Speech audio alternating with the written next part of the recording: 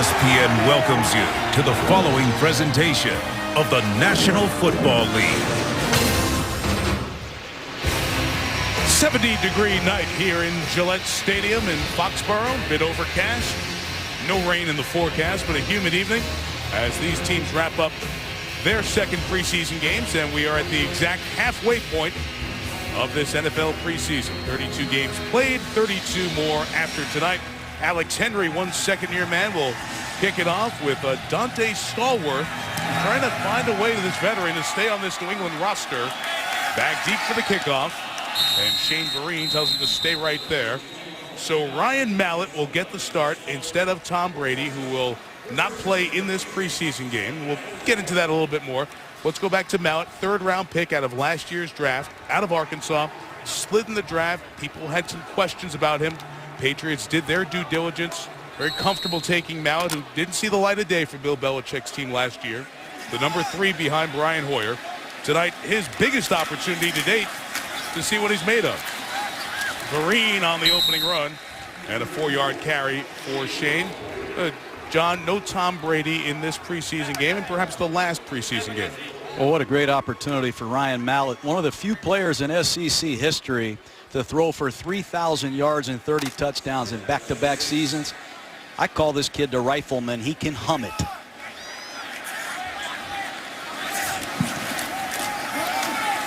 Carried with Vereen up the middle, and he gets about 2, maybe 3 yards with the first flag of the night thrown. As we'll, John, talk about this New England offense that obviously has a lot of moving parts up front, something we'll be watching here tonight. Yes, got to keep an eye on both offensive tackles, Mike. Nate Solder takes over for Matt Light at left tackle, and Marcus Cannon filling in for Sebastian Vollmer at right tackle. Both of these young men will be challenged by a very good Philadelphia Eagle pass rush.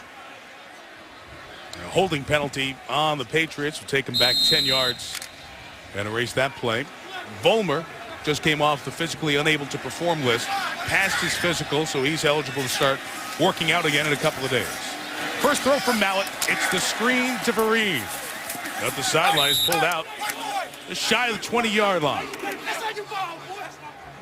That's a nice play by Mallett. He's going to look to the right. He's going to give a little ground. He's going to see Shane Vereen on a screen pass into the short side of the field. That's just a good rally to the football by this Philadelphia Eagle defense. Michael Kendricks, rookie out of California. It's the guy you highlighted earlier on. Their second-round pick. Now 3rd and 12, and Danny Woodhead in the lineup. And time for Mallett, the tall quarterback, throws incomplete. Deion Branch over there. Philip Hunt, who came out of the CFL, is pushing back the pocket on 3rd down. He's an interesting story. We'll get into him all night tonight. But once again, Michael Kendricks, the rookie out of California, does a nice job showing off his versatility, playing pass coverage. 3rd year for Zoltan Mesko as the New England punter. This is Damaris Johnson, who has opened eyes out of Tulsa. Outstanding kick returner in his collegiate days at Tulsa. Booming Mesko spiral. Dropped, but picked back up by Johnson. He returns it 6 yards to the 35-yard line as Patrick Chung made the tackle. Penalty flag down. Back at the line of scrimmage. And a hold called on Philadelphia. Jerry Frump is our referee tonight. As you've been watching in these preseason games, replacement officials, mostly lower levels of Division I football, the FCS level, Division II or III. And a lot more conversation about the performance of the officials. Some coaches have brought it up after preseason games.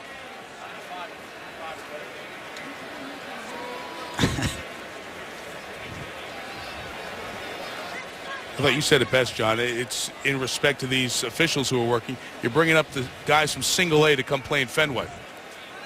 No question, and they're doing the best they can. Holding during the kick, number 57, 10-yard penalty, first down.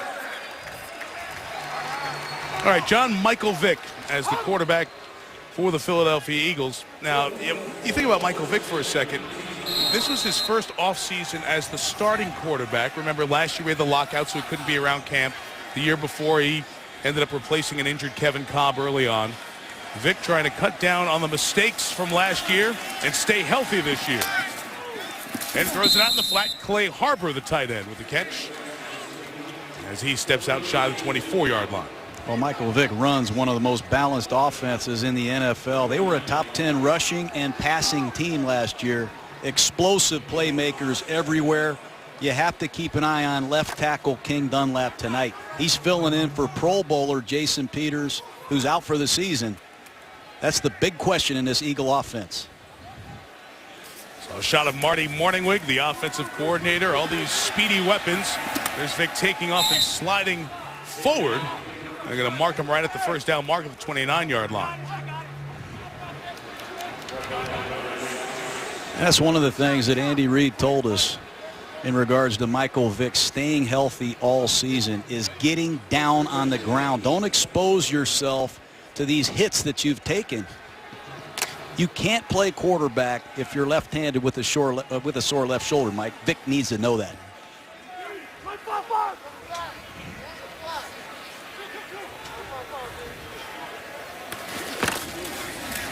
29. Here's LaShawn McCoy. What a great season he had a year ago, and a good 5-yard run on the first down. First team All-Pro, made the Pro Bowl, 4th in the league in rushing, over 1,300 yards. He reminds me, I hate to say this, of Barry Sanders. 48 runs last year of 10 yards or more. Not even close was anybody else. Incredible start and stop quickness, and he is a tremendous pass receiver. Fantasy football fans, go get LaShawn McCoy. Led the league in touchdowns, found the end zone a lot, and he's met there by Brandon Spikes. Big hit, a couple of yards shy of the first down by the linebacker out of Florida, Spikes. Oh, we talked about King Dunlap at left tackle going against Chandler Jones. Watch him set like he's going to block him and then go get the linebacker on the second level. Howard Mudd does a great job, the offensive line coach of the Philadelphia Eagles, neutralizing good pass rushers. They're going to do a lot of things with King Dunlap tonight to slow down Chandler Jones. Dunlap getting the start for Demetrius Bell at left tackle for Philadelphia. Bell started the first game. A 3rd and 2, Vic throws incomplete. Their third receiver, Jason Avant, was over there, but the rookie highlighted at the open, Dante Hightower, there in coverage and bring it up 4th down. Just a common 3rd down pattern. You see the wide receiver come in, sit down against the zone, and Hightower does a nice job instinctively saying not tonight. That's what they want to see. See Hightower in coverage. We may see him with his hand down pass rushing. That's a former Dallas Cowboy wearing Philadelphia Eagle green, Matt McBriar. Dallas let him go. Had a surgical procedure, remove a cyst below his knee in the offseason. Booming kick here. Muffed by Julian Edelman. But Edelman returns it to the 12-yard line. Special teams tackle by Akeem Jordan. The punt was 56. The return 5. 4 minutes in, opening quarter here in New England. Here at the Patriots Place, Gillette Stadium in Foxborough. Second home preseason game. They beat New Orleans here last week, 7-6. Long time in between. Ryan Mallett starting at quarterback tonight, and incomplete for Dante Stallworth. Dominique Rodgers-Cromartie blanketing in coverage. Well, with that long time in between, a lot of work and short between the next 3 games, 10 days. So Brady, Gronk, Hernandez, Welker, Lloyd. Looks like a Pro Bowl roster out for New England on the offensive side. Those are the players you won't see on the defensive side as well here tonight. What New England's going to do, they fly to Tampa tomorrow, practice for a couple of days, Gronkowski and crew, against the Buccaneers. Then they'll play Tampa in a preseason game on Friday. And Bill Belichick will use that as his dress rehearsal. And then wrap it up with the last game against the Giants. There's Shane Vereen, John, only 1 yard as there was good penetration by the Eagles defense and Brandon Graham. Yeah, New England's looking at their 2 draft choices from last year in this ball game tonight. Shane Vereen, 2nd year out of California. He is fast and a very good receiver. They're also going to look at Stephen Ridley, their 3rd round pick from last year, a little bit later in this ball game. And you obviously see Danny Woodhead right now to take the 3rd down snaps. He's a specialist. No more Ben Jarvis Green Ellis here. He's with Cincinnati. 3rd and 8. Mallett out of his hands quick. Edelman first down to the 28-yard line. A gain of 15. 3rd down and long. Philadelphia's in a strange defensive alignment. Mallett sensed the blitz. He picks it up, throws a quick screen to Julian Edelman. He picks up a block from Nate Solder, and he does an excellent job running with the ball after he catches it. Mike, that's what the Patriots do as well as anybody in football. They make yardage after the catch. Officially from the 29, a first down play pass. Mallett with the big arm. Throws it on the run. It's caught by the tight end, Alex Silvestro. Former defensive lineman from Rutgers moved to this side of the ball. First down. You know, we talked about Ryan Mallett's big arm, and he showed it off at Arkansas. Some of the balls that I saw Ryan Mallett throw, I called UFOs, unidentified flying objects. He can really throw the football, but what I liked about him the most is he played for Bob Petrino, who ran an NFL-style offense. He was very advanced in the passing game, and with a year under the Tom Brady belt, it'll be interesting to see where he is. From the 40, Vereen is the back, coming left for a couple of yards. Of course, Brady's start at Michigan. You see Ryan Wendell ends up pushing with Cedric Thornton. That's going to bring a flag at the end of the play. The backup quarterback, as Josh McDaniels is now the offensive coordinator, is Brian Hoyer. He's been the number 2, and an opportunity tonight for Mallett to perhaps challenge that number 2 spot, see what he's made of. Hoyer has the veteran experience of 4 years now. So, you know, Brady went to Michigan. Hoyer, Michigan State. Mallett started his college career at Michigan. And you live in Michigan. I do. He played 3 games for Lloyd Carr. Then Lloyd Carr retired. Rich Rodriguez took over. Mallett not a fit in the Rodriguez system. Thus, he ended up at Arkansas, as you mentioned, with Petrino, and put up those big yards. It was most impressive just meeting with Ryan yesterday after not seeing him for a year. Physically, he looks so much better. Ball, personal foul, number 55 on the defense, 15 yards, automatic first down. He's worked on his diet. He's gotten stronger, more flexible, and he really has taken advantage of a full year in this system. Remember, last year during the lockout, he missed a lot of work. He was only active for 1 game last year, as we said, didn't take a snap. From the 43, Mallett underneath Edelman. Gain of 8 to the 35-yard line. Ryan Mallett does an excellent job using a dummy snap count. They empty the backfield. You're going to see pressure on Mallett, but just watch how he can get rid of the football quickly. Awkward deliveries. That's a very nice play by Ryan Mallett. And once again, Julian Edelman working Hansen on a little jerk route. Julian Edelman is a valuable Patriot. Fills so many roles. Special teams. Showed up on the defensive side of the ball when needed. Vereen with the run for the first down. He spun to the 30-yard line. We'll come back to that running back story of Ben Jarvis, Green Ellis. He's now in Cincinnati. He did so many things with this team. Number 1, you knew the ball was staying on your side when you gave it to him. He did a lot more than that, too. He picked up numerous blitzes for Tom Brady. Just a reliable New England Patriot. And so far, so good for Shane Vereen. He's run it and caught it. Nowhere to go here as good penetration by the Eagles defense and Michael Kendricks. 3rd time we've called their rookie. And John, we should talk about this defense now with Juan Castillo in the 2nd year as defensive coordinator. Well, it's a 4-3 defense, and they're loaded with talent. We talked about them leading the league or tying for the league lead with 50 sacks. D'Amico Ryans, their new middle linebacker, is key for this football team. They need his leadership. They've had way too much turnover at the middle linebacker position. They just need Ryans to regain his form he had in Houston a couple years ago. 2nd down, setting up the secondary screen, and Woodhead couldn't hold it. That'll bring up 3rd down. A lot of screen passes already from New England. They're very well aware of the pass rush of the Philadelphia Eagles, and one of the best ways to slow it down is to have Josh McDaniels call a screen pass. Now, I'm sure you're all familiar with Josh McDaniels' tale. He was here as the young, hot assistant coach that record-setting offensive season in 2007 with New England. Then The year after that, he was hired in Denver, lasted a year and a half with the Broncos. Fired there. St. Louis's offensive coordinator last year, now back with the Patriots. Only 2 on the shotgun run for Woodhead. It'll bring up about a 50-yard field goal attempt for Stephen Gostowski. An inside give. You see number 58, Philadelphia Eagle, familiar face. Trent Cole close across Nate Solder's face, show up for the tackle. And the other thing the Patriots have done extremely well is kick the football. And Gostowski 28 of 33 last year. 51 yards with the punter Zoltan Mesko holding.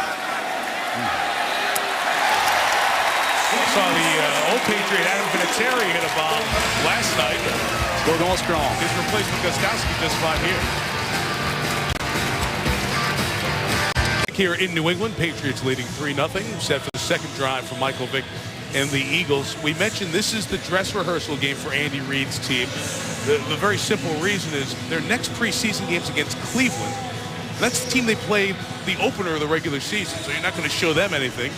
So Andy's getting the dress rehearsal done here tonight. Then they'll play Cleveland, one more preseason game after that against the Jets, and then it starts for real. John, a guy we saw at the Outback Bowl out of Georgia, Brandon Boykin, electric kickoff return man, going to take it on the run 4 yards deep. Boykin able to use some of that speed to get it to the outside and escorted out of bounds by Ross-eye Dowling over at about the 25-yard line. You see Vick of the Eagles offense after this.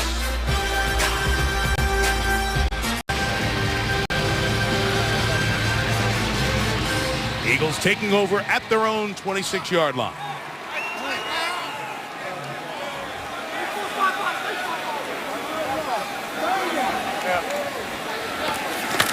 And on first down, here is Vick. Launching it downfield. Deshaun Jackson turned around, got behind the secondary. Have a schoolyard play, and Vick slow to get up as he got hit. And that is, again, one of the concerns of this Eagle team, keeping Vick healthy throughout the season. Well, inside pressure from Kyle Love, number 74. Vick can't set his feet. Like 96 Cunningham, Jermaine Cunningham, the ex-Florida Gator, punishes Mike Vick, and he's still down. Yeah, he went back down to a knee as we were watching that replay, and the Eagles training staff running out to check on Vick. Exactly the concerns we talk about with Michael Vick getting beat up during the year, happening again in the second preseason game. The good news is Michael Vick is standing on the sideline talking to Andy Reid as he came over under his own power, but certainly taking another shot to that rib area. Remember, he missed multiple games last year because of the rib injury, 3 games in all. So Nick Foles, the third-round pick out of Arizona, rookie, he's the backup for the moment for Philadelphia, and a flag right away. Number 9 on the offense, 5-yard penalty, remains second down. Let's go back to the injury that happened to play ago. Well, it's a play-action pass, and you're going to see Kyle Love, number 74, beat Evan Mathis clean to the inside. Vick has to flush, and he runs right into Jermaine Cunningham. And Michael walking off the field, undoubtedly x-rays to check on Michael taking that shot to that rib area. So the rookie Foles throws complete to LaShawn McCoy, who does a beautiful move to cut back to the inside to get to the 28-yard line. Hightower with the tackle. And John, it is the concerns of the preseason. It's the concerns of this team. Michael Vick hasn't gotten through a full season for a while because of plays like that and hits like that. Well, he won't give up on a play. And even on a snap like that, sometimes the best thing you can do is just go down, give up on a horrible play, throw it away, or protect yourself. But Mike Vick, over the years, has proven that he will not give up on any play. He's that talented. Eagles are in trouble if he's hurt. And the rookie Foles throws on time to Deshaun Jackson. Gets to the sideline there at the 44-yard line. So Mike Kafka is supposed to be the backup out of Northwestern in his 3rd year, but he broke his left non-throwing hand in the first game against Pittsburgh. Vick also got hurt in that game as well. But Kafka's going to be out likely for the rest of the preseason. So Foles elevates to number 2, and veteran Trent Edwards, formerly of the Bills and the Jaguars, is the other quarterback active tonight for Philadelphia.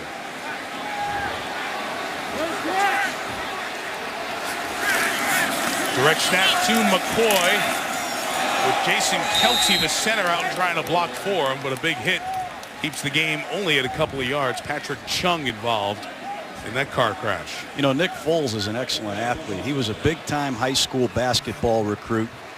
We all know he went to Michigan State. Things didn't go the way that he had hoped. Threw for over 10,000 yards at Arizona. What really impressed me, Mike, is how tough Nick Foles is. There were games last year that's all Arizona had was Nick Foles, and he hung in there. Even though his head coach got fired, he never quit. Saw Chung go out. 2nd and 8. Foles, who has a big arm as well, gets rid of it. McCoy cannot corral it, and it's incomplete. John, take us back to how Foles impressed you when he came to your Gruden quarterback camp. Quick learner, and I really felt he was going to be an excellent pocket passer. And Andy Reid told us he has a big arm. Great touch on the deep ball. Jaron Kreiner caught a lot of touchdown passes, but some of these throws you just can't coach. Wow. You can't coach that type of passing ability and toughness. And the fact that he's a quick learner, and right now about the only healthy quarterback in this program, this will be valuable time for Nick Foles. He was 6 of 10 for 144 yards and a couple of touchdowns against the Steelers in the first preseason game. Just keeps the play clock in trouble, shoveling it forward, and it's incomplete. He looked for or thought about a grounding call there, and it'll bring up 4th down. I'll tell you, Philadelphia is getting a lot of pressure up the middle from Kyle Love and Ron Brace, and it's making it difficult on Nick Foles to step up in the pocket. They're pushing the pocket, they're collapsing the pocket, and it's excellent coverage downfield by this Patriot defense. Could have had a sack there. His knee was almost down as Foles was trying to throw it. Another punch for McBriar. We'll see the other puncher, Chaz Henry, later on. That one all the way through and a touchback. Kick was 54, but only a net of 34. It's a big concern for all you Eagles fans down in Philly. A quarterback got hit again, and he's heading back to the locker room. Seen that too often the last 2 years. Well, the New England Patriots, of course, made the Super Bowl, lost it to the Giants. They go back to that Super Bowl and look at the players who were starting on their offensive line. A lot of them are in different places. Matt Light retired working with us. Logan Mankins has been out with a knee injury, just coming back to practice. Dan Connolly tonight starting not at center, over at guard. Brian Waters, the veteran, is not in camp. Not sure if he's coming back. And the protection broke down there from Mallett as he was contacted by Philip Hunt. Again, that player out of the Canadian Football League. And, John, the last player from that list, Sebastian Vollmer, is just off the physically unable to perform list with his back injury. So there's a little rework going on up front for the Patriots. And that's happened the last 2 years. They've had 11 different linemen playing games in the last 2 years. It just seems to never stop. A lot of injuries last year forced some of that movement. Shane Vereen with the carry to the 24-yard line. Well, there's Dante Scarnecchia. You talk about a lot of things when you come to New England, Mike, but nobody talks about Dante Scarnecchia enough. They played 4 different centers last year. Matt Light, a great left tackle, just retired. Logan Mankins, a Pro Bowl guard. You pointed out Brian Waters not here. It never stops Dante Scarnecchia, one of the great teachers and coaches in all of football. Got Dan Copen, the center who was hurt week 1, in there now. Ryan Mallett on the sideline, picked off by Dominique Rodgers-Cromartie with a penalty flag down as well. It's going to be roughing the passer on Philadelphia and wipe away the interception thrown by Mallett. Might be on Fletcher Cox, number 91. A personal foul, roughing the passer, number 91 on the defense. A 15-yard penalty, automatic first down. I think it's a legitimate call based on the rules, and the enforcement of these rules has to be consistent. You don't have to unload and really hit the quarterback hard, but if you hit him late, that's a penalty and a costly one, because Dominic Rodgers-Cromartie is living up to the hype of his training camp. That was impressive. A trade for the Cardinals. Rodgers-Cromartie's been very good thus far this preseason. Just 2 yards for Vereen as most of the Eagles meet him for the tackle. Lisa Salters has an injury update. Lisa. Mike, I was able to confirm that Michael Vick was taken back to the locker room for x-rays on his ribs. Those results are pending. Okay, Lisa, thanks. So it's a report given too often in Eagles games the last couple of years. And Andy Reid lost one quarterback already this preseason in Kafka. And Vick limited work in the first game and injured here in the second. Mallett showing that rocket arm. It hits the back of Rogelio Hansen, who was in coverage, and it's incomplete. Good pass protection by this young Patriot offensive line, and right down the middle of a two-deep safety went rookie Jeremy Ebert out of Northwestern. Good coverage again by this Philadelphia Eagle defense. John, we're watching Mallett not in the same tempo of offense that we see with Tom Brady, but Bill Belichick told us the difference in Mallett last year, rookie with no offseason because of the lockout, and this year he can function in the offense, the automatics, the plays that need to be called. Eluding trouble there, but Moore is waiting as Trent Cole takes it away. And one of the things Juan Castillo, the defensive coordinator of the Eagles, wants to do is blitz more. That time is rookie Michael Kendricks again showing up. Flag in the secondary, and it'll be a hold on Philadelphia. Again, would have been off the field on third down. They keep the drive alive with a flag. Well, it's one of those walk-around defenses, and you're going to see rookie Michael Kendricks, who's a linebacker, playing defensive end. They moved Cole and Hunt, number 76, two ends, into play linebacker. They confused the Patriots, and that's just good, relentless Philadelphia Eagle defense. But these are two costly penalties. One that nullified an interception, and that one just nullified a sack. Nnamdi Asomugha in the secondary for the fifth penalty. Three of them have yielded first downs. Seeking run by Vereen at 5'9". That second round pick of last year out of Cal. And you look out there in the huddle, remember longtime center Dan Copen, who started 120 out of 121 games. Got hurt last year in the opener against Miami. He's back, and he's got to compete to maintain his status here, Mike. They've got a lot of competition at center, but I really think this kid Copen has been a key member of these championship teams here in New England. Surge by the Eagles defense. D'Amico Ryans leading the pack to make the tackle.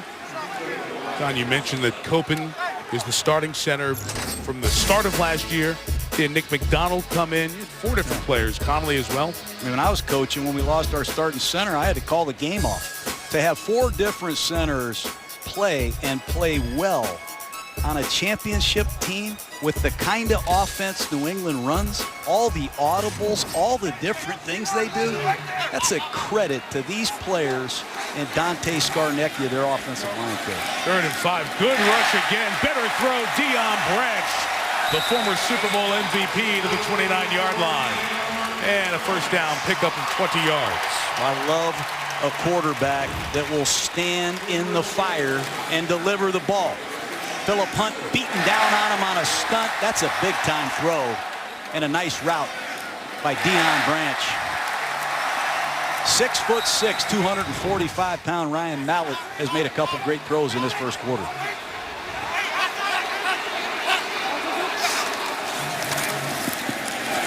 Out of the pocket over the top and dropped by that 7th-round pick out of Northwestern, Ebert, with 75 catches in his senior year for the Wildcats last year. That's one of the things that New England does to you, is they just shred you with these open, no-back formations.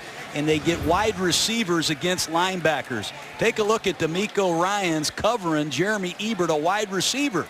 These no-back formations expose linebackers a lot in space, and D'Amico Ryans will be the first one to tell you that. 29, screen set up for Vereen. It was read well off the corner by Nnamdi Asomugha. Comes up, wraps up, and brings the opening quarter to an end. You know, Nnamdi had that serious collision on the practice field the other day. He showed no signs of it right there. Nice collision. After one in Foxborough, Pats 3, Eagles nothing. In the league yet? Oh yeah, pick Cam Newton, first pick. Still celebrating. He's still selling Cam Newton. I got on Cam us here, Newton huh? in the first pick. My draft is next Tuesday night. Next Tuesday night, our league with our fathers and sons, our buddies back home.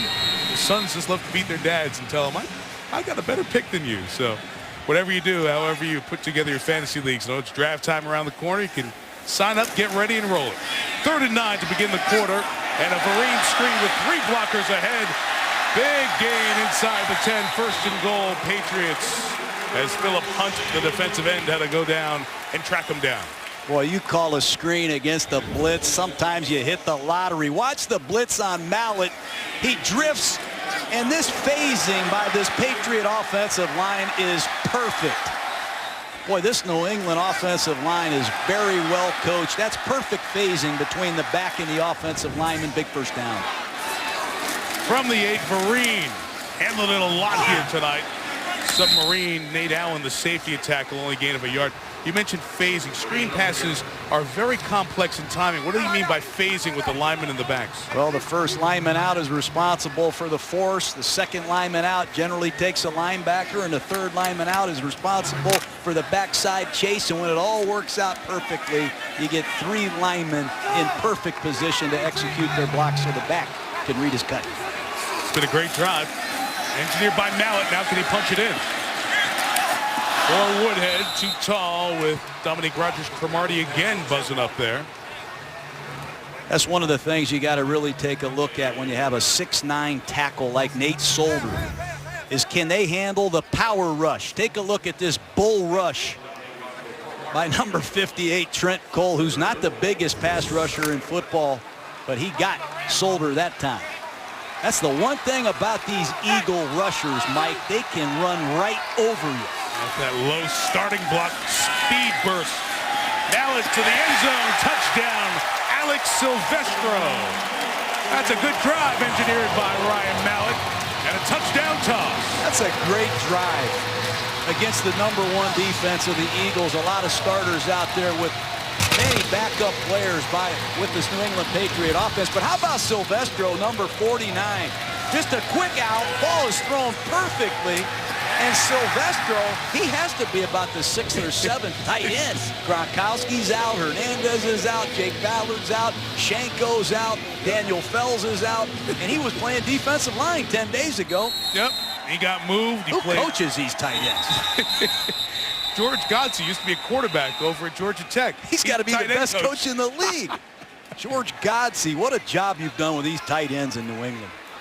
Red legal substitution on Philadelphia. That'll be enforced on the kickoff. 12 Eagles on the field.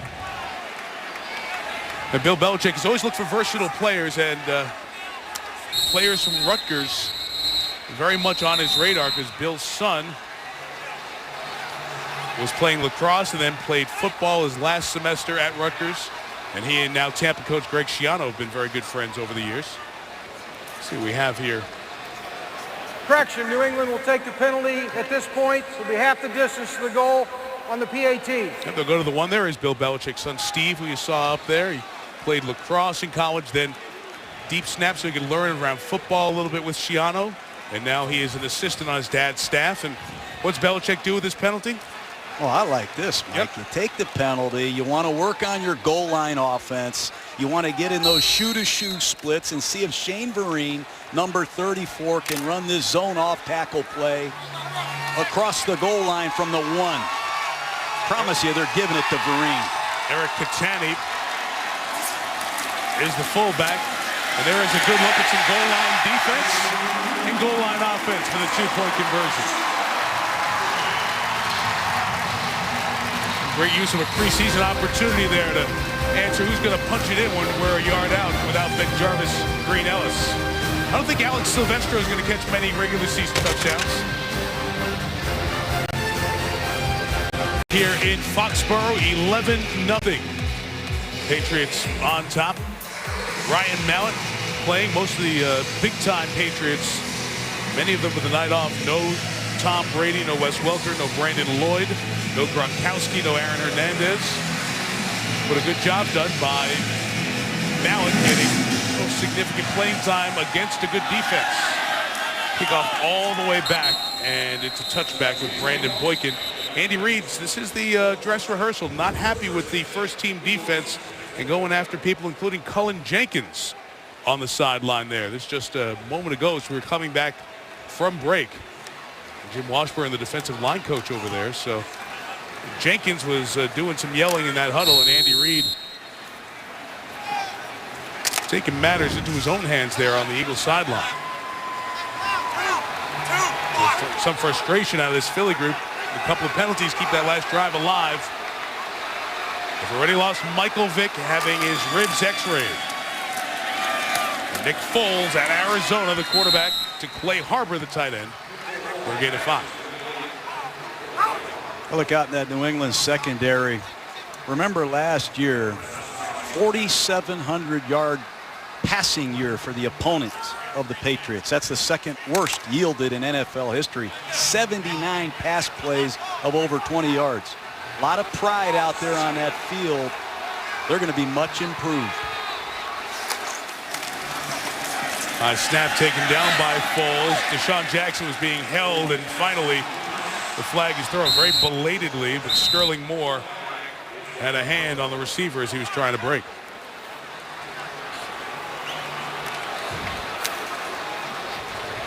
Moore playing corner tonight. No Devin McCourty, no Kyle Arrington for New England this evening. On the defense, number 29, 5-yard penalty from the previous spot. Automatic first down. Yeah, but New England has second-year man Rasai Dowling, number 21, back. He played 2 games last year, had a hip injury. He's talented. And they need him to stay healthy and play opposite McCourty. And they've also added longtime Miami Dolphin Will Allen to the mix.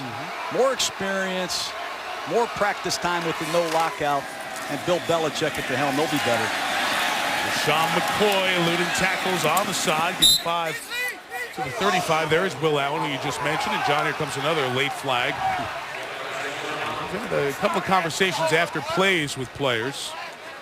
And Jerry Frump and the replacement crew busy. He's called on Philadelphia for another personal foul.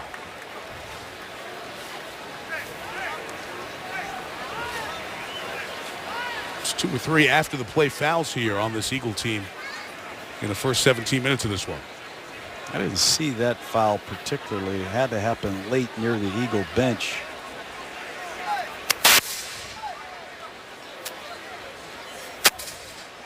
A personal foul after the play. 62 on the offense. 15-yard penalty. Second down. Jason Kelce, the second-year center at Cincinnati, did such a good job for this team last year. And this is surprising. You know, the Eagles have a lot of regulars out there. Matter of fact, they're all regulars except for Michael Vick on offense. And you already mentioned New England's missing a lot of their key starters. But sometimes young players with an opportunity on a stage like this, it brings out the very best in them. That's what you're seeing from the Patriots tonight. Bill Belichick, and our scoreboard is correct.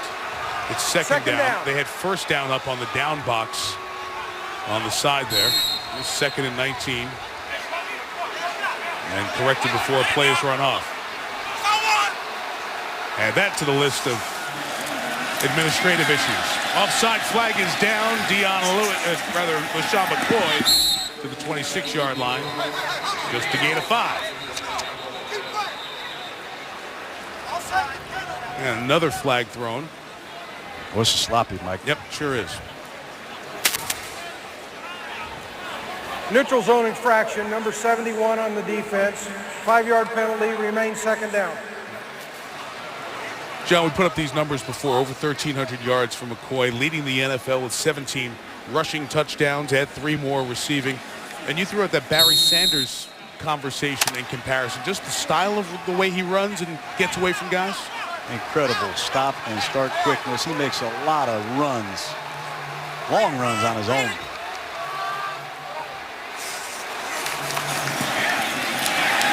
Rookie Foles right back to him.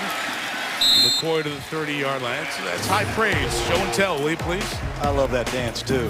But watch some of these moves in the open field. That's Urlacher. No hands. Look at these open field moves that this LaShawn McCoy can make. Incredible stop and start quickness, production, Pro Bowler. And they're trying to decrease his workload, I'm hearing a little bit. I'd give it to him more. He got it about 20 times a game, 321 between his receptions and runs. Foles looked downfield, didn't have it, comes back late, and it's almost intercepted down the sideline by Will Allen. That's a great play by Will Allen. You'd like to see Deshaun Jackson see his quarterback scrambling and come urgently back to Nick Foles. Watch Deshaun come out of his break. Your quarterback's in trouble. Come driving back to the quarterback. Don't wait on the football. It'll be intercepted. And I'm sure David Coley, the receiver coach of the Eagles, will talk that through with Deshaun Jackson. They're lucky that wasn't intercepted. Patriots have rookie Brandon Bolden running back. Back deep to receive the punt by Matt McBride. Bolden muffed in at the 20. That's what we talk about in these preseason games. Guys trying to win jobs. Can I trust you to catch the punt?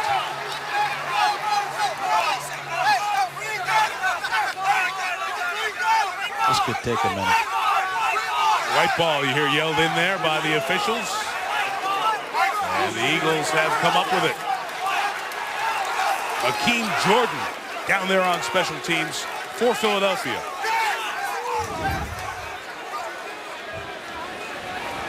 You can hear the footsteps as Brandon Boykin was closing in. That's a heck of a guy to have as a gunner, John. We talked about his return ability.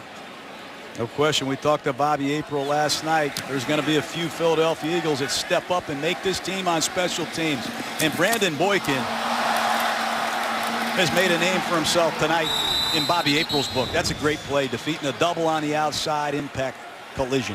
That's New England's longtime special teams coach, Scott O'Brien, 22 years in the league, 4 years here with the Pats, discussing that. As Boykin made a great play using that speed that we saw as a return man. He also had the ball in his hands on offense for Georgia as well. These officials got to pick up the pace here, get the ball spotted, and get on with the game. I think that was the kicking ball that they had spotted, one of those K balls. Where they had to get a regular football to put back in play and give to McCoy. But 9 yards to the 15. It's that draw play again, and Philadelphia makes a living with this play. Just a nice little pass set by Harriman's. He goes and gets Brandon Spikes, and Jermaine Cunningham doesn't know what to do there, but it's good execution. And if you get LaShawn McCoy, that kind of look, he's going to have another 1,500-yard season. Great back.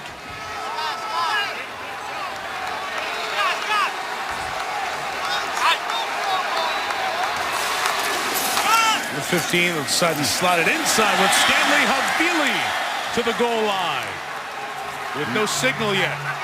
Well, down just shy of the goal line. Little pitch trap idea out of a bunch formation. Nick Foles shows a toss to LaShawn McCoy, and they're going to hand the ball underneath to the fullback. Flow starts one way, it's well blocked. And Havili was a productive receiver and ball carrier for the USC Trojans. Nice run. He had 1,290 yards as a receiver, 15 total touchdowns in his USC day. Correctly marked down at the 1. And it's McCoy who knows how to get it in the end zone. So the muffed punt by the rookie, Brandon Bolden, turns into a Philadelphia touchdown. That's what you do. Down 11-0 on the road. You get a turnover. You capitalize, put your team right back in the ball game. good decisive drive by Philadelphia, and nice creative design by Marty Morningwig, the offensive coordinator, who's the longest tenured offensive coordinator in the league, if you could believe that, Mike. He's been installing and calling for the Philadelphia offense for quite some time now. And here's some great play designs with all that speed. They don't have Michael Vick. Got Nick Foles, the rookie, able to get him on the board, but really the break by the rookie Brandon Bolden on the punt muff, recovered by the Eagles. LaShawn McCoy knows how to cash it in and does again. Mike Tirico, John Gruden, Lisa Salters back with you. Second preseason game for New England and Philadelphia. You see the Patriots and the Eagles on the marquee, and you say, well, you got Brady and Vick. Well, Brady's sitting because the Eagles are playing, or the Pats are playing 3 games in 10 days. And Bill Belichick's going to wait and play Brady more against Tampa later this week. Shane Vereen on the return shy of the 20-yard line.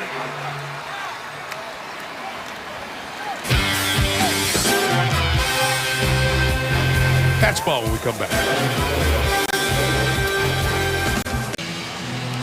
11-7, Patriots leading the Eagles. Andy Reid saw his quarterback Michael Vick get hurt on the second series. If you're just with us, it was a first down play, and Vick saw his man coming clean from the outside, Jermaine Cunningham, after Kyle Love couldn't be held off up front. And Vick taking a shot in that rib area. Remember, injured, inactive for 3 games with a rib injury last year.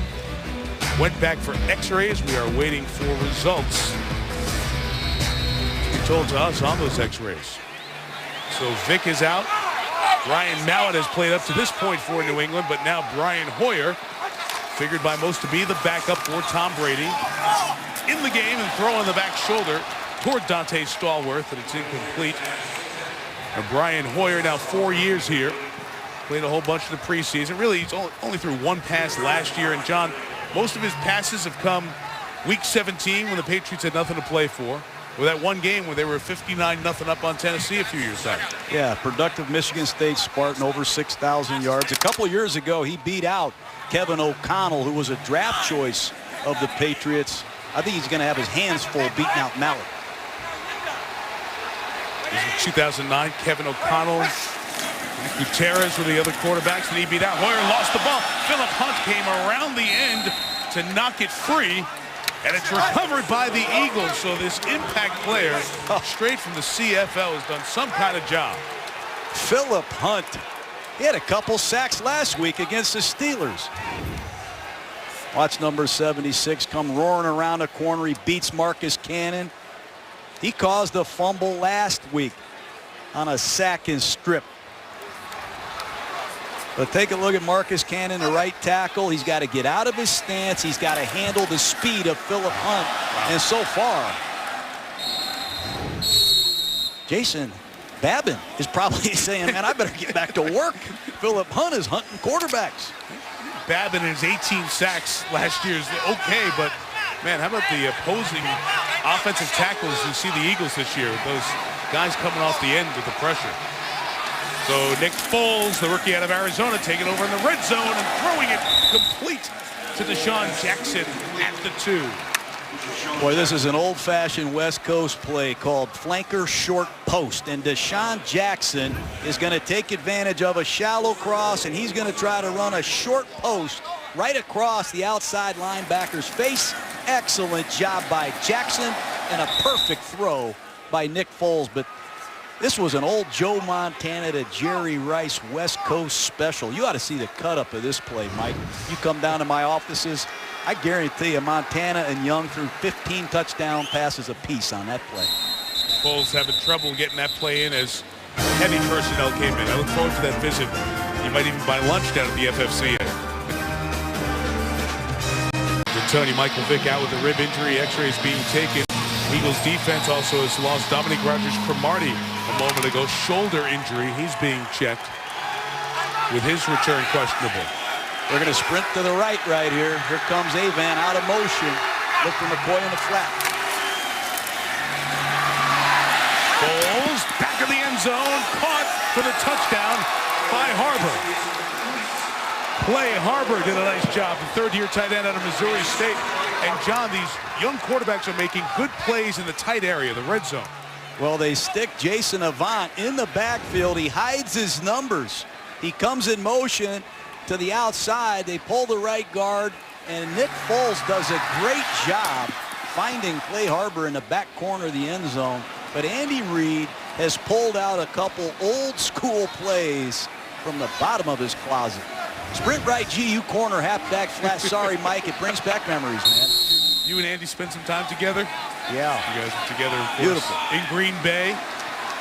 Replay looked at that and confirmed the great footwork by Clay Harbor as the flag is down on this extra point added by Alex Henry.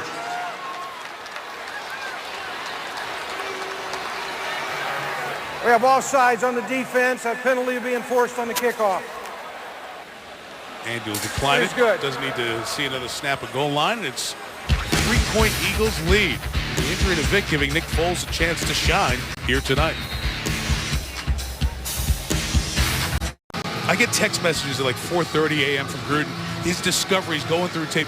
Philip Hunt is a guy who caught your eye as you were breaking down the Eagles this week. I saw this kid last year get activated, and he had a great game last week against Pittsburgh. He comes from Canada. He played for the Winnipeg Blue Bombers. I love that name. He led the CFL in sacks. He gets in at 4-point stance. He did to Leftwich what he did just now to Brian Hoyer. Sack, strip, fumble. All-time leading sacker at the University of Houston. There's diamonds in the rough all over this country. You got to go find them. Even in other countries. Andy Reid found one. Cameron Wake, the great pass rusher of the Miami Dolphins. Right. He came out of Canada too, Yep, Mike. yep. We found him a couple years ago down in Miami. He's getting paid quite well to rush the passer. You keep that up, Philip Hunt. You'll see your time as well. 5-yard penalty for offside means the kickoff comes from the 40 and is unreturnable for Stallworth. Well, let me show you what he's done tonight. Philip Hunt, the Blue Bomber, coming off the left side. Just watch the effort. Marcus Cannon tries to cut him. He ruins that play. Here he is again on a speed rush, beating Marcus Cannon, causing a fumble. That's what Mathis and Freeney have done for years in Indianapolis.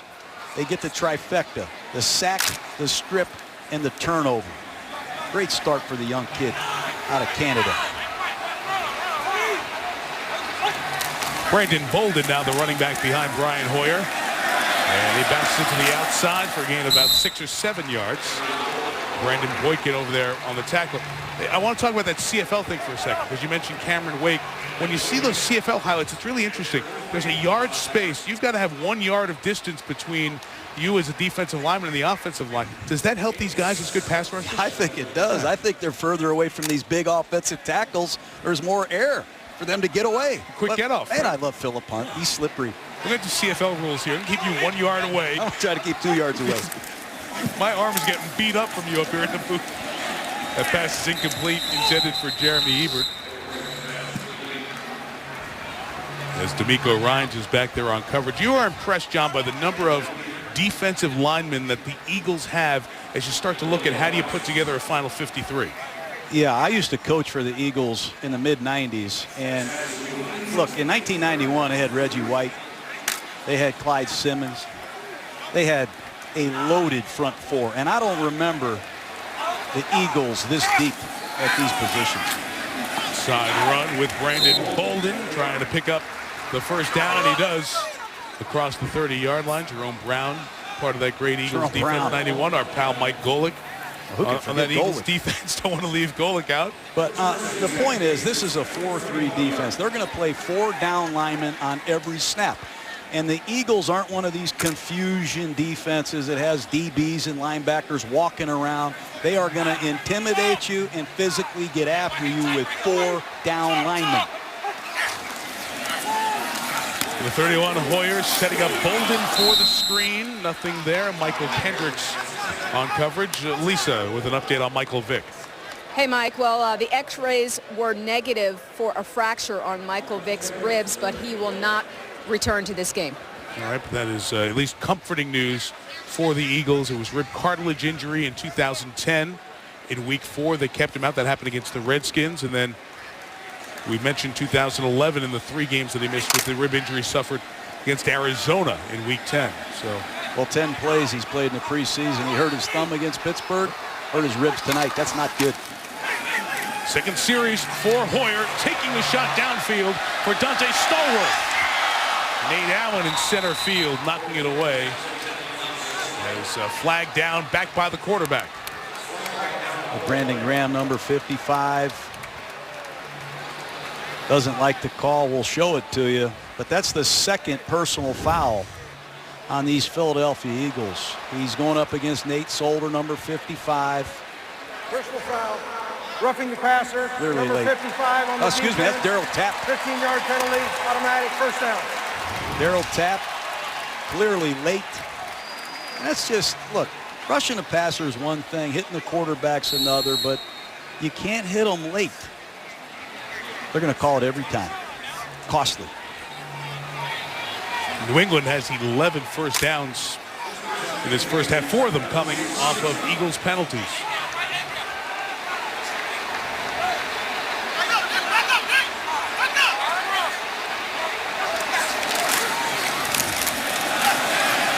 The flag down as Hoyer takes off, only gains a yard.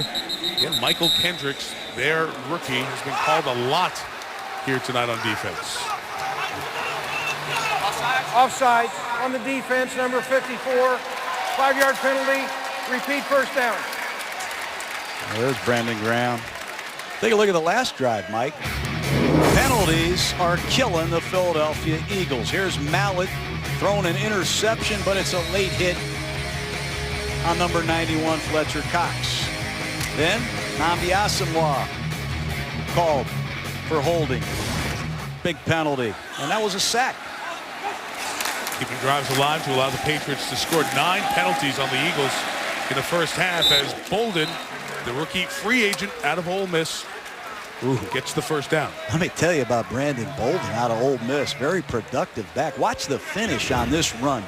He's going to cut this thing back to his right side and watch him unload on the second level.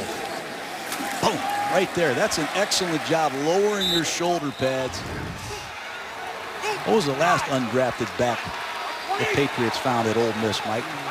A lot of names, right? Then Jarvis Green-Ellis is with the Bengals. Bolden tripped up that time by Cedric Thornton. You know, Bolden was on a Mississippi team that struggled last year, but he was one of the most productive backs in Rebel history. He can run it. He can catch it. He just fumbled a punt, but I don't think that's going to be his role here. Stephen Ridley and Brandon Bolden are big backs. You see the 220-pound number right there. Shane Vereen, Danny Woodhead are situational fast backs. I like the way Bolden's run. Patriots could keep all 4 of those backs. There's Jeremy Ebert, rookie out of Northwestern, takes it to the 25. First down gain of 20. Second-year man Nate Solder, who's switching from right tackle to left tackle, does an excellent job against Trent Cole. Remember, Cole bull rushed him earlier. That time, Solder's anchoring down, does a nice job in one-on-one pass protection. That's big. I know Tom Brady, these veteran players are watching Nate Solder carefully, and they got to be pleased with all the things he's done in his 2-year career, year-and-a-half career. Hoyer trying to set up the screen for Bolden. But Fletcher Cox, the rookie, made sure that the timing was not at Hoyer's desired pace. I don't think I'd want to play quarterback against the Eagles either. But Fletcher Cox, their first-round draft choice, Andy Reid traded up to get him. They think he can play tackle or end. Right now he's kind of situated as the left defensive tackle. But Andy Reid loves building his team from inside out on defense, and he's always taken great pride in finding the right defensive lineman. Big Red has drafted a lot of big guys, linemen and defensive folks over the years. Good play at the point of the reception by Nnamdi Asomugha. And his 10th year in the league, 4-time All-Pro. So many good days with the Raiders. Second year as an Eagle. Well, they got him on a quick screen earlier, not this time. Edelman hurt him on a 3rd down to get a first down on a little quick screen. That time Asomugha jumped all over it. I think Asomugha is going to be much improved as a second-year Eagle. Last year, he came in here from the Raiders as a bump-and-run corner. They asked him to do a lot of different things. And I don't think he was ready to do all of that without a lot of instruction. but this off-season has really helped him. You're going to see a different Nnamdi Asomugha this year. Hoyer, 3rd and 13. Beautiful throw on time to Deion Branch for the first down in front of the safety, Kurt Coleman. Good rhythm by Hoyer. He's not backing down from a challenge. You're going to see good pass protection, a nice chip by Bolden, and good timing and location by Brian Hoyer. Good square in. He gets off the reroute. And watch out, Deion Branch comes out of his break flat and friendly to the quarterback. One of a long time.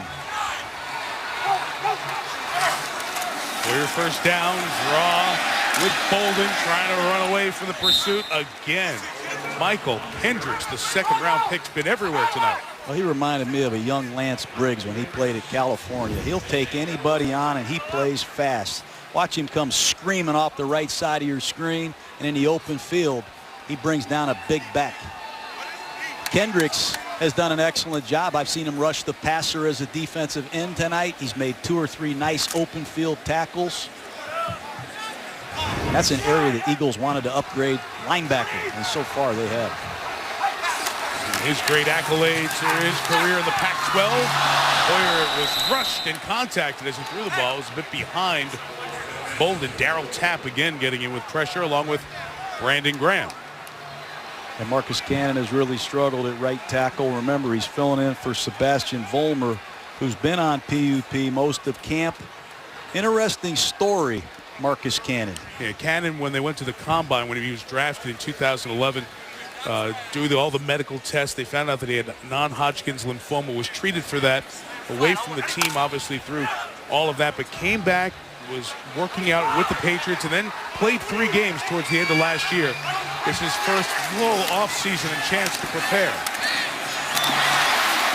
Ebert the catch, pulled down by D'Amico Ryans, and 4th down coming. That's the fast twitch. Excuse me, Mike. That's the fast twitch reaction you look for from D'Amico Ryans. He's going to drop into zone coverage, see a shallow cross right in front of him, and watch him explode and make a nice open field tackle. Terrible Achilles injury a couple years ago. He says he's all the way back from it, and that's good news for Philadelphia. 35-yard attempt. Stephen Gostowski, high snap. Brought down well by Zoltan Mesko. Danny Akins had a little bit of shaky snapping here at times during this preseason. Penalty flag down after the kick by Gostowski.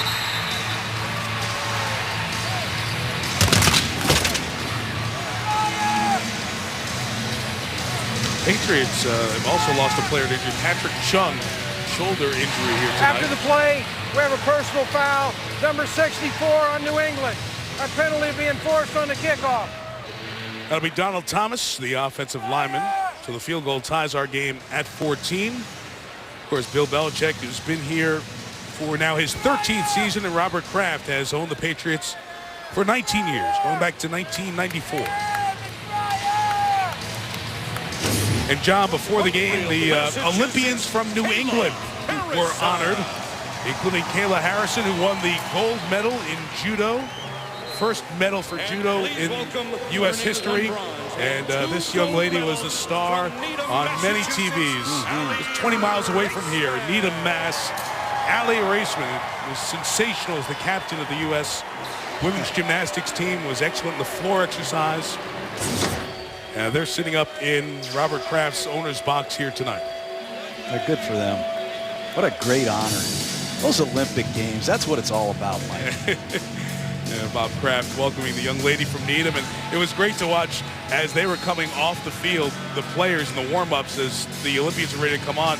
All the Patriots players were saying hi to Allie Raceman and getting a chance. What a victory lap it is. You're over there in London, now you come back to your hometown and you're feted as a star here in Foxborough. You know, the pressure that these Olympians are under, no one can realize that. These are individual sports, a lot of them, and any mistake can cost you. But to see a gold medalist, that gives me chills. And 4 years of work for one moment in time.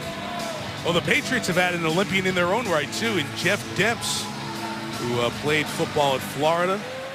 He was part of the qualifying group that won the silver in the 4x100. Demps signed last week. Not in uniform yet for the Patriots. That'll happen over the next couple of weeks. penalty makes Brandon Boykin live return man here with some space.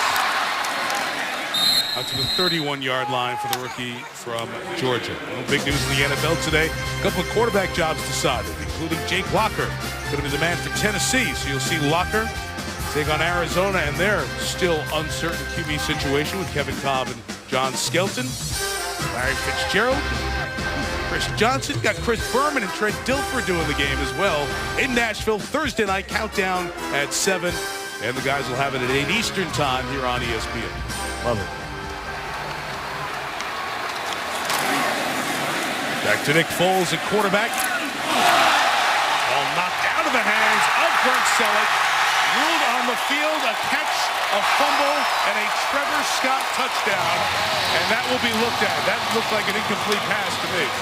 No way is that a fumble. Great play by Bobby Carpenter, the ex-Detroit Lion, former first-round pick of Bill Parcells. Watch number 59, Bobby Carpenter, read the screen the whole way.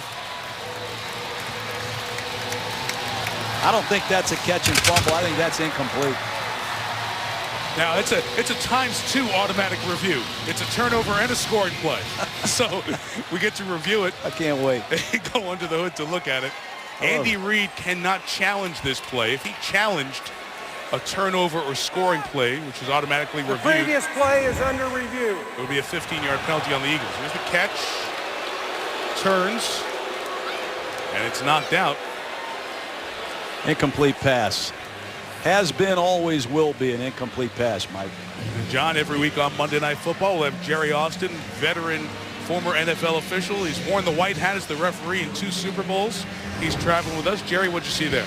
Well, what I see is a receiver who barely makes the catch, doesn't even get a turn or make a football move, and the ball is out. Clearly should be an incomplete pass.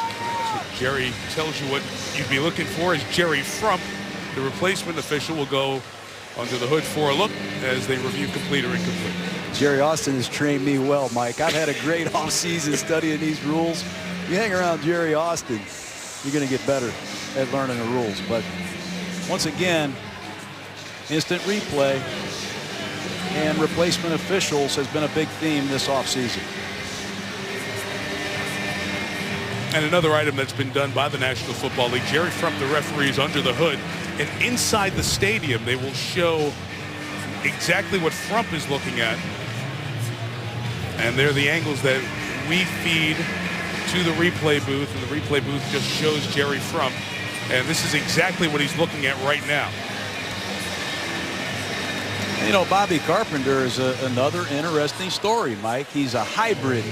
Not really a pure outside linebacker, not really an inside linebacker. He can do a lot of different things.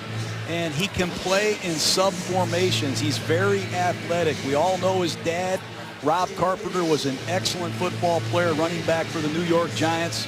Bill Parcells was the head coach, and Bill Belichick was on that staff. Father like son. Instinctive, athletic, tough.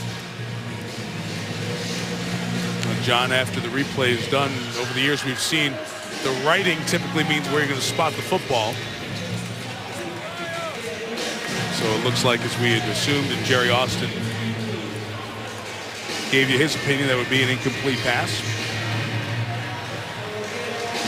But, you know, you talk about Carpenter, veterans that Bill Belichick knows, guys he's been around. That's a theme to the additions this year, bringing back Jabbar Gaffney, Dante Stallworth on the offensive side as well. After further review, the receiver did not maintain control of the ball at the time he was hit. As a result, it's an incomplete pass. It will be replay the down, a second down and 10 at the 32-yard line on the New England hash. Please reset the game clock to 2 minutes and 59 seconds. A lot to do, all done there correctly. That's the one thing about any situation with the replacement officials this time as opposed to 2001. The biggest plays, scores, and turnovers are automatically reviewed, so that will clear away some otherwise significant mistakes that would be made. Had limited use of replay back when that first lockout happened in 01. The 32 starters still in for the Eagles. Nick Foles, the quarterback, throws incomplete and high over Deshaun Jackson. John, Foles has looked good after Michael Vick got hurt. Yes, he has, especially in the most difficult places to throw the ball, and that would be the tight red zone. And here it is earlier in the game. He's accurate on a shallow cross. He hits Deshaun Jackson. But how about that throw in that tight window to Deshaun Jackson? And then sprinting to his right with a guard pulling, he makes a beautiful throw to Clay Harbor for 6. And I'll say this, Mike, Foles hasn't worked with Deshaun Jackson and Macklin all camp. He's been working with the backup receivers. I bet his heart is pumping hard right now. The 32. Good job to find some space to keep this play alive. Just get rid of it. Out of the pocket, he does just that. Well, that's another nice play by Foles, throwing the ball away. And there's a third-round draft choice of the Patriots. Jake Beckett, number 66, screaming off the right side. The former Arkansas Razorback. Reminds me of a young Rob Ninkovich, Mike.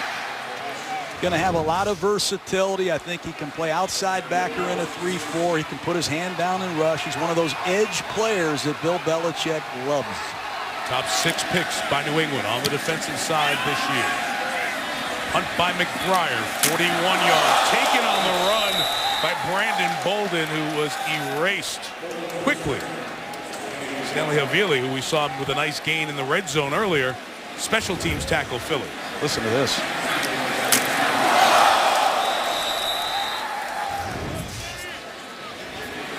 The guy who muffed the punt earlier, Bolden, so he might not want to return punts anymore.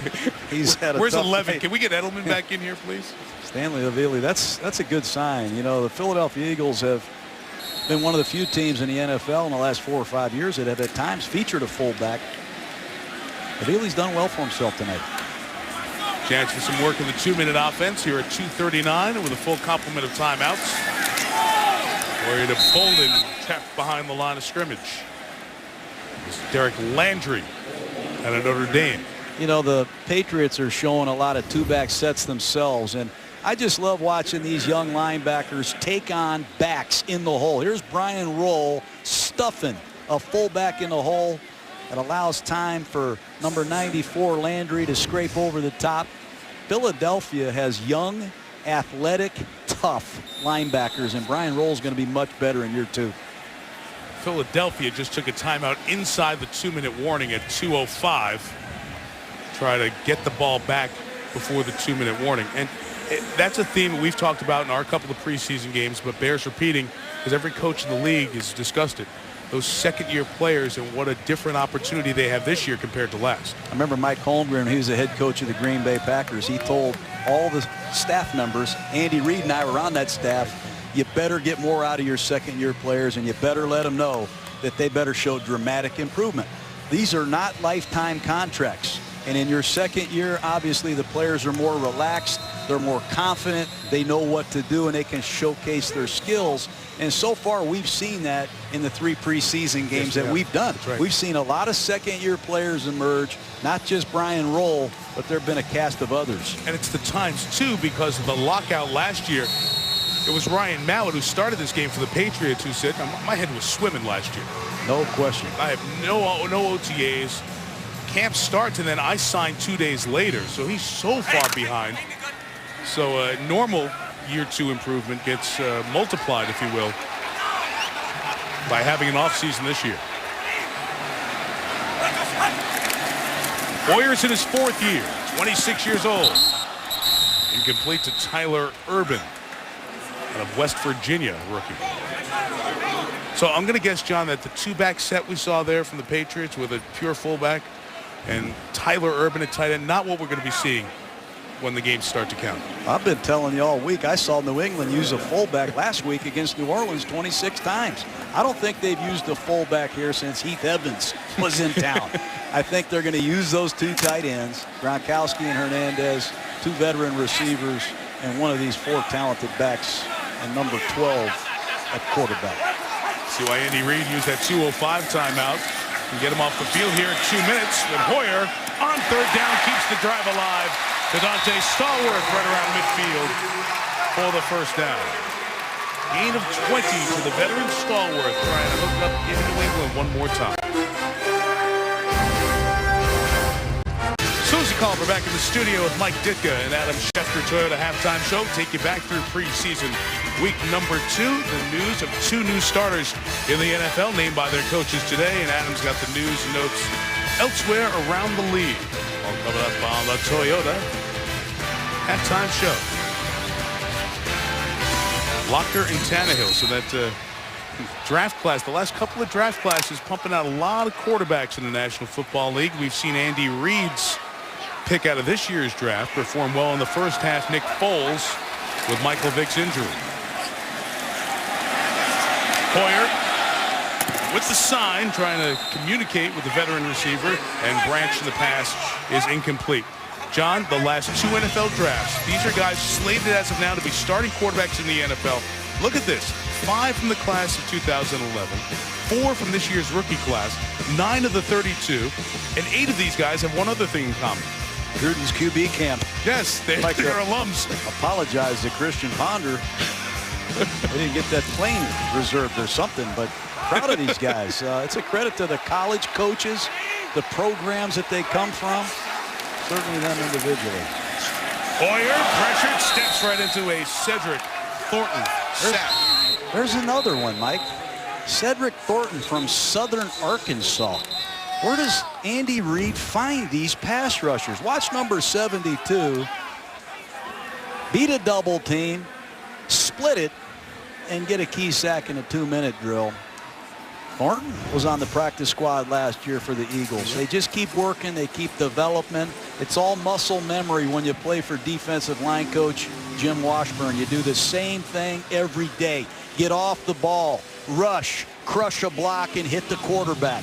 Snap after snap. And so far, Phillip Hunt and Cedric Thornton, 2 down the line Philadelphia Eagles, have taken full advantage of their snaps.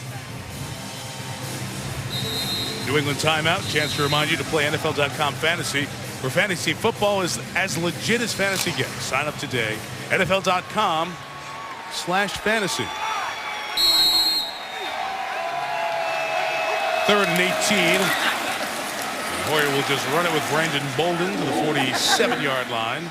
Philadelphia out of timeouts. And they took that last one. My mistake. And New England will run the time down and punt it away.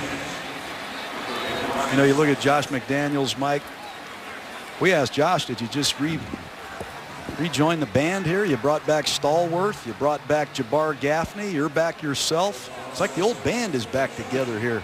But it didn't work out with Ocho Cinco. It really didn't work out with Joey Galloway. It's a different kind of offense. So they brought back some veteran receivers that are familiar with this offense, and I bet it pays off. Jaquan Jarrett sneaking in off the edge, adds an extra player. Zoltan Mesko checking it out. Fielded the low snap. Mars Johnson runs away from it, and it's a touchback. No timeouts, 48 seconds left. You mentioned some of those veterans. John Gaffney not playing. Stallworth is. This guy's not, but he's a big addition. Brandon Lloyd with the Broncos and Josh McDaniels a couple years ago. I call him the new and improved friendly neighborhood Spider-Man. Nobody catches the ball more. I guess it makes more difficult catches than Brandon Lloyd. He has incredible hang time and talent catching the football. He exploded 2 years ago in Denver under Josh McDaniels. And those two are reunited with Bill Belichick here in New England. Another flag there. You see Brandon Lloyd over on the sideline. False start, number 65 on the offense. 5-yard penalty. Remains first down. John, he said Josh McDaniels, he was the first guy who said he was going to throw the ball to me and did. And he had that breakout season in Denver. McDaniels went to St. Louis. The offense became Tebow-fied in Denver. Lloyd, no need for a receiver, traded there. And he was very productive at the end of last year with Josh. They haven't had a deep ball threat here since Randy Moss, and certainly Brandon Lloyd gives them that. And they could have certainly used him in the Super Bowl when Gronkowski was limited. Good point. Nick Foles, the throw down the seam, complete to Jason Avant, 37-yard line, no timeouts. Andy Reid telling him to clock it.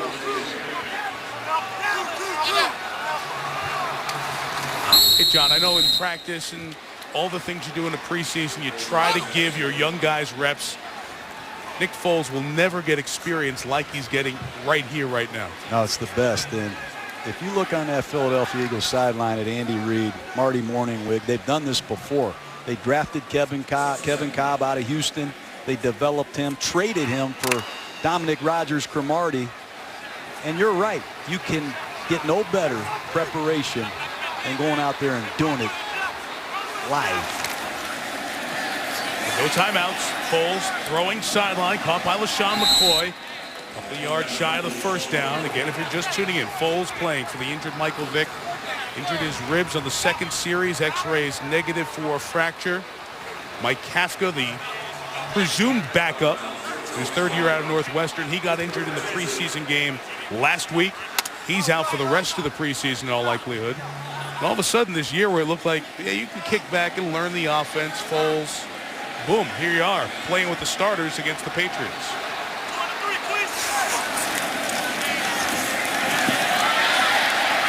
Finding space and taking off. He's got to go out of bounds to kill the clock without timeouts. And great awareness that it's not college, but the pros. And he kills it with 17 seconds left. Well, that's a great job by Foles. It's an all-out blitz by Bill Belichick. You're going to see full blitz, one-on-one coverage everywhere. And Nick Foles, who's not going to be a Michael Vick escape artist, shows you functional mobility. And last week against Pittsburgh, he got out of trouble twice, and he rung up the Steelers for 2 long pass plays. Impressive drive. Let's see how he manages the clock here. They are in field goal range with no timeouts. Can run a play and not get out of bounds, but you have to clock it really quick if it's inbound. Shot toward the end zone, intercepted, well read by Nate Ebner out of Ohio State, a former world-class rugby player. Nate Ebner gets taken down by Deshaun Jackson with 2 seconds left in the half. John, this was a special teams only guy, essentially, for the Buckeyes. As kind of a draft at the end here to see if he can make this team. Comes up with the pick. Bad decision right here by Foles. Throw it away, live for another day. But here's another versatile New England Patriot, Ebner. Special teams, as you said, only. Learning how to play safety. And while he's learning, why not pick off a pass against the Philadelphia Eagles on Monday Night Football? Good for you. Grew up right near the Ohio State campus in Dublin, Ohio. Walked on to the Buckeyes after that great rugby career and played special teams. And here he is trying to figure out if he can be a safety. All even at 14. The Birds get the ball to start the second half. Toyota halftime show. And we check in with Susie Calper. Susie, all between the Eagles and the Patriots. Mike Tirico, John Gruden, Lisa Salters with you here in Foxborough. The Vick injury, as Susie and Coach Dicker were talking about, that's the big part of this first half. John, we saw Ryan Mallett because Brady's not playing tonight. He's fine health-wise. And Nick Foles from the Eagles. Both young quarterbacks impressed you in the first half. Yeah, and these are 2 big quarterbacks. Both 6'6", 240, 245 pounds. Really, Foles to come in there in a pressure situation like that. Kafka got hurt last week. This week it's Michael Vick. But to come in there with all your starting offensive linemen and receivers against the New England Patriots and do what he did was very impressive. And we all know Mallett can throw the football. All right, let's go down to Lisa Salters. Lisa? Hey, Mike, well, I just spoke to Andy Reid a little while ago and asked him what he knew about the seriousness of Michael Vick's injury. He said that from what he's been told, that Vick is sore, but he's okay. He also repeated what we were told earlier in the half, that X-rays on Michael Vick's ribs were negative. So again, from Andy Reid, Michael Vick is sore, but okay. Mike? All right, Lisa, thank you. Anytime the other quarterback who would be on top of the marquee when the Eagles play the Patriots, Tom Brady, he's not even here today in this in the stadium because Bill Belichick's made the decision 3 games in 10 days, not going to play a lot of his starts, but 20 of them are out, including Wes Welker, Vince Wilfork on the defensive side. So Brady left the stadium well before kickoff here tonight.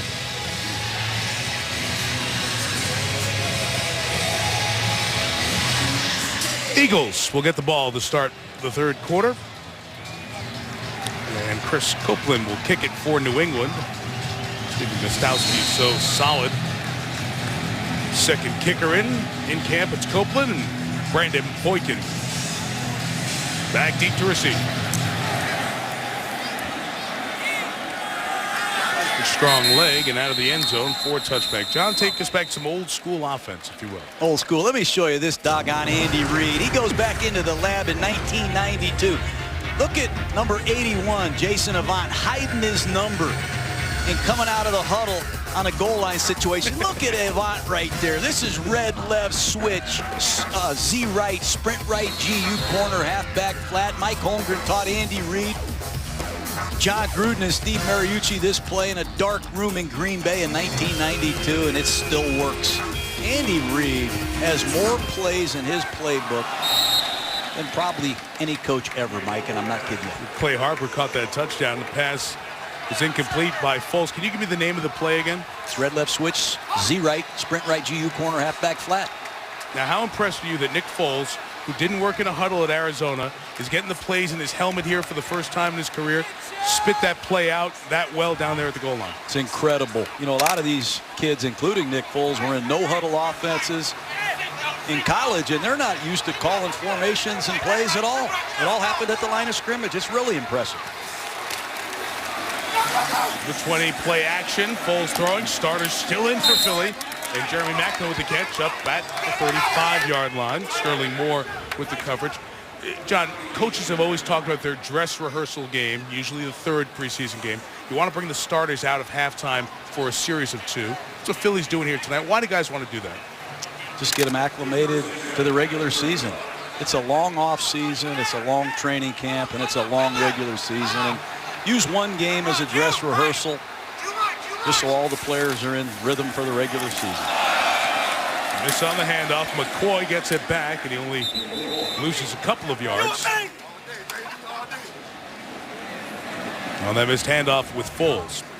New left tackle, Mike, for the Philadelphia Eagles. We've talked about King Dunlap filling in for Jason Peters. Now it's Demetrius Bell, who was signed from the Buffalo Bills quickly right after the injury. And Demetrius Bell has struggled a little bit. It's a totally new offense, but he is a big athletic left tackle, and this battle at the left side is far from over. Didn't play well in the first preseason game against Pittsburgh. Little shovel to Clay Harbor, and Brent Selleck's backup has been busy tonight. A first down shy of midfield, but a marker back down where the play was taken off from. And will come back with a hold. John, we go back. Jason Peters ruptured his Achilles in the offseason. So Dunlap got the start tonight. Take a look at him. He's almost 6'10". Long arms, athletic for a big man. The only thing King Dunlap really hasn't done as a Philadelphia Eagle is stay healthy. But he can cover you up, and he did a nice job against the Patriots' first-round pick Chandler Jones. Look at the size. I can see why they call him King. That's a big left tackle. Huge, as you said, almost 6'10". After the holding penalty, a nice pass to Deshaun Jackson. Goes down at the 40, gain of 16. That's a great job by Foles. A little swirl route by Deshaun Jackson. You're going to see Deshaun push up and just uncover, and Nick Foles is going to take a 5-step drop in the gun. Good rhythm, hitch one time, ball's gone. Beautiful thing. Foles just threw a comeback to Jeremy Maclin. He just threw that ball in there to Deshaun Jackson. And those have been the two receivers that have worked almost exclusively with Michael Vick throughout training camp. 3rd and 5. Foles taking a shot downfield towards Jackson. Underthrew him, but he came back to get it at the 20-yard line in front of Sterling Moore for a first down. Well, there's a post pattern, and there's no free safety in the middle of the field. And Nick Foles, again, throws a beautiful pass, and Deshaun Jackson beats Sterling Moore, and he goes up and gets it. And Deshaun Jackson has averaged almost 18 yards a catch since he's been in pro football. He is one of the most feared deep threats in the National Football League. Now in his 5th year in the league. McCoy runs right, gains 4 to the 16. Well, I think you're familiar with Deshaun Jackson. And his numbers, even though he led the team in receiving yards last year, disappointing contract issue. He pouted a little bit, dogged it at times. There was a lot of controversy swirling around Deshaun Jackson, but he got a $51 million deal here in the offseason, $15 million guaranteed. And by taking care of Jackson contractually and McCoy contractually, it's kind of led to a smoother, calmer, happier camp with the speedsters on this Philadelphia crew.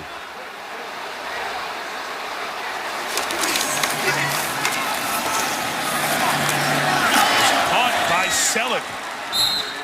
Inside the 10, first and goal, Jeff Tarpini in the tackle. I'm glad you brought Selleck up. Watch him work this little jerk. He's going to hook and then jerk his body away from coverage. Watch him face the quarterback, jerks his body, and Foles makes another great delivery. This Philadelphia Eagle pass offense is the most balanced in football. They have 5 receivers that have caught 40 passes or more for 3 straight years. That's an NFL record. Macklin, Jackson, Avant, McCoy, and Selleck, great receivers. From the 4, Foles underneath for the touchdown to Clay Harbor. Do remember, they moved the ball down the field effectively. Mostly a second-team Patriots defense out here, but still sharp and effective, especially by the rookie quarterback Foles. Nick Foles has been superb. It's going to be a basic cross by Clay Harbor, and you're going to see just a simple shallow cross right here. And again, a perfectly thrown pass by Nick Foles. I can't say enough. Other than the interception he threw on the last play of the first half, young Nick Foles has been on his game. Extra point added by Alex Henry. Foles in his last 4 passes. A 3rd-round pick out of Arizona. The rookie was only 14 and 18 as a starter in college. Lighting it up here tonight. Opening drive by Philadelphia. Take the lead 21-14. And those of you who did not watch Pac-12 ball last couple of years, got a chance to see Nick Foles, and he is impressed here tonight. 4 yards deep, Jeremy Ebert. The draft pick out of Northwestern, taking it over the 20-yard line. Ryan Rao with the tackle. Penalty marker back where the kickoff occurred. Almost always offside. We can see Ryan Mallett, who started the game, come back in. Jerry Frump. We have offsides on the kicking team, number 53. Will re-kick with a 5-yard penalty. One more chance to get special teams work in, more special teams film. As Adrian Moten was called for that flag. These special teams coaches, they have their hands full, Mike. Let's go back to what Nick Foles did on the last series. Coming out of the locker room, this is what you want to see a quarterback do. Comeback, timing pattern to the outside. Jeremy Macklin on the dime. Beautiful throw to Deshaun Jackson, and then against a full blitz, he stands in there and makes a great throw to Deshaun Jackson. Location, superb. And then on a touchdown to Clay Harbor. You can't drop these balls in there any better than Nick Foles. Let's talk about this a second. Now, he had Jackson and Macklin and all those guys going against mostly 2s for New England. But don't you walk away impressed with the timing, the decision-making, where the ball's going in the red zone especially? I can't tell you how impressed I am. I haven't seen a lot of performances by rookie quarterbacks under these circumstances often. Let's put it that way. Stephen Ridley, get a look at a kick return there, and he's taken down at the 22-yard line. Monty Simmons with the tackle. As advertised, Ryan Mallett quarterbacks the Pats after this.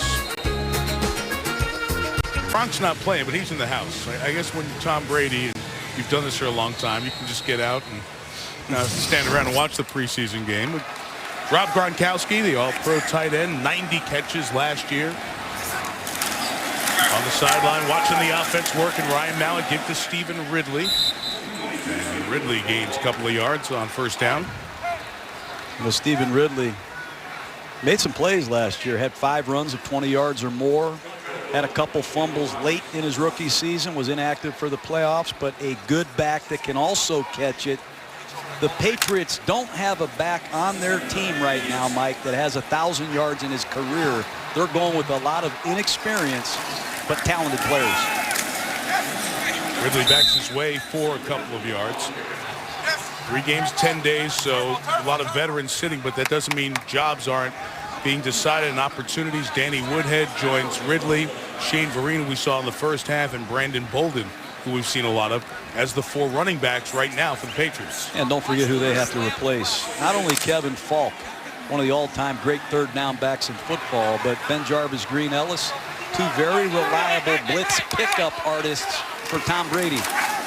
Ridley and Vereen have to earn it in the next couple of weeks. Now a tight coverage on that sideline, incomplete, intended for Dante Stallworth, and Curtis Marsh on the corner forces a quick 3 and out. Second play I've seen Curtis Marsh make tonight in bump and run coverage. I think it's a good no call right there. Curtis Marsh used to be a running back at Utah State. Converted his last couple of years there.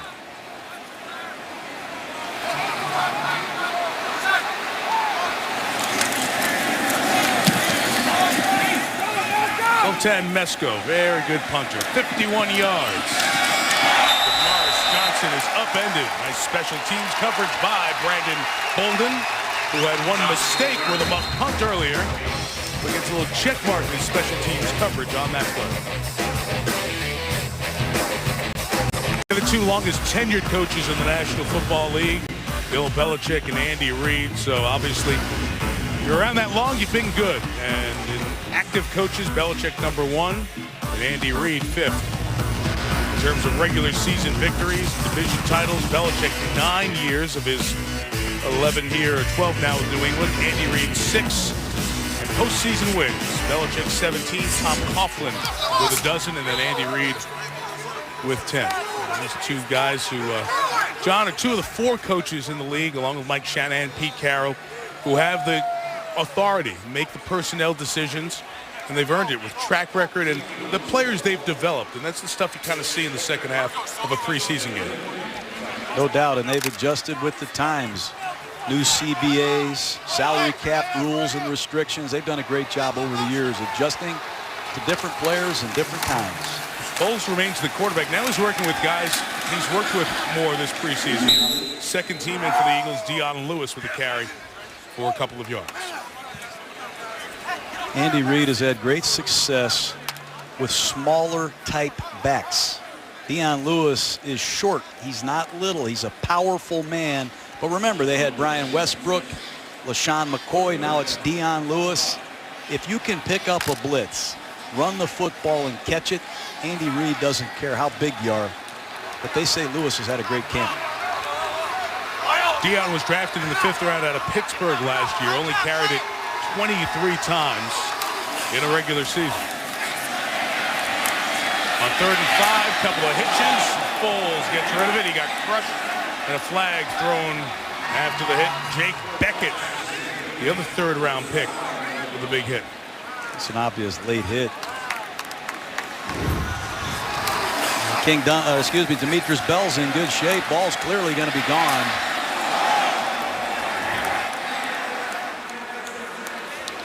Two steps after the ball was delivered, they're going to call it every time. That's the 3rd personal foul we've seen tonight, roughing the passer. 2 on Philly, 1 on New England. Those guys taken 2 picks apart in this year's draft. Foles was the 88th pick, Beckett the 90th overall pick out of Arkansas. The drive stays alive. Foles keeps throwing. Clay Harbor keeps catching. 43-yard line into Patriots territory. When you get hit like Nick Foles just got hit and then come back and drop back to pass again and stand in there with pressure beating down on you, I can't tell you how impressed I am with Nick Foles. And we said it earlier.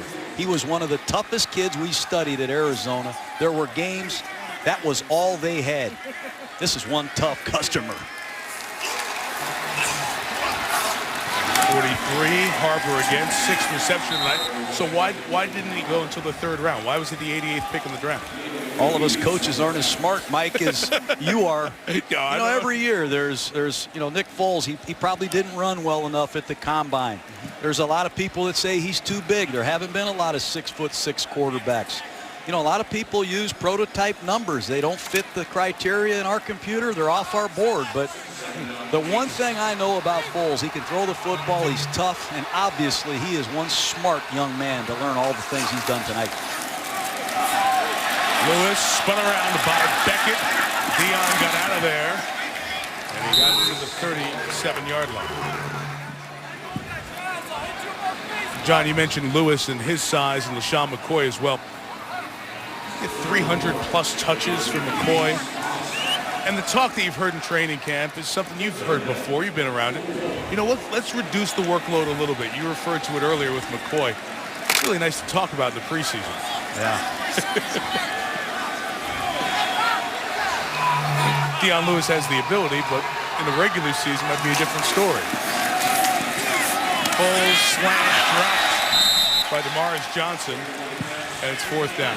I used to call plays for the Philadelphia Eagles, and we had a back named Ricky Waters, and in 1995, I called 337 carries for Waters, and Ray Rhodes came in, he says, Grudog, we got to take the load off of Waters.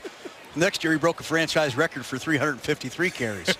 It's hard to take a great player out of the game. Right. Then I started taking Ricky out of the game, and he got all mad at me. I didn't like that either. It's hard to take a great player out of the game in this world of football. It's easy to talk about this stuff in the preseason, and there's the reality of, I got to call plays. I want him. Running a player out late, 55-yard field goal with a flag down. Alex Henry is wide to the right and no good. Eagles had confusion with a backup unit in there on special teams. They were missing one player for protection. We have a legal substitution, number 64 in the offense. That penalty's declined. The field goal is no good. It'll be New England's ball. At the spot of the kick, Pats will take over at their own 45 with 6:15 left in the 3rd quarter. And the Eagles on top 21-14.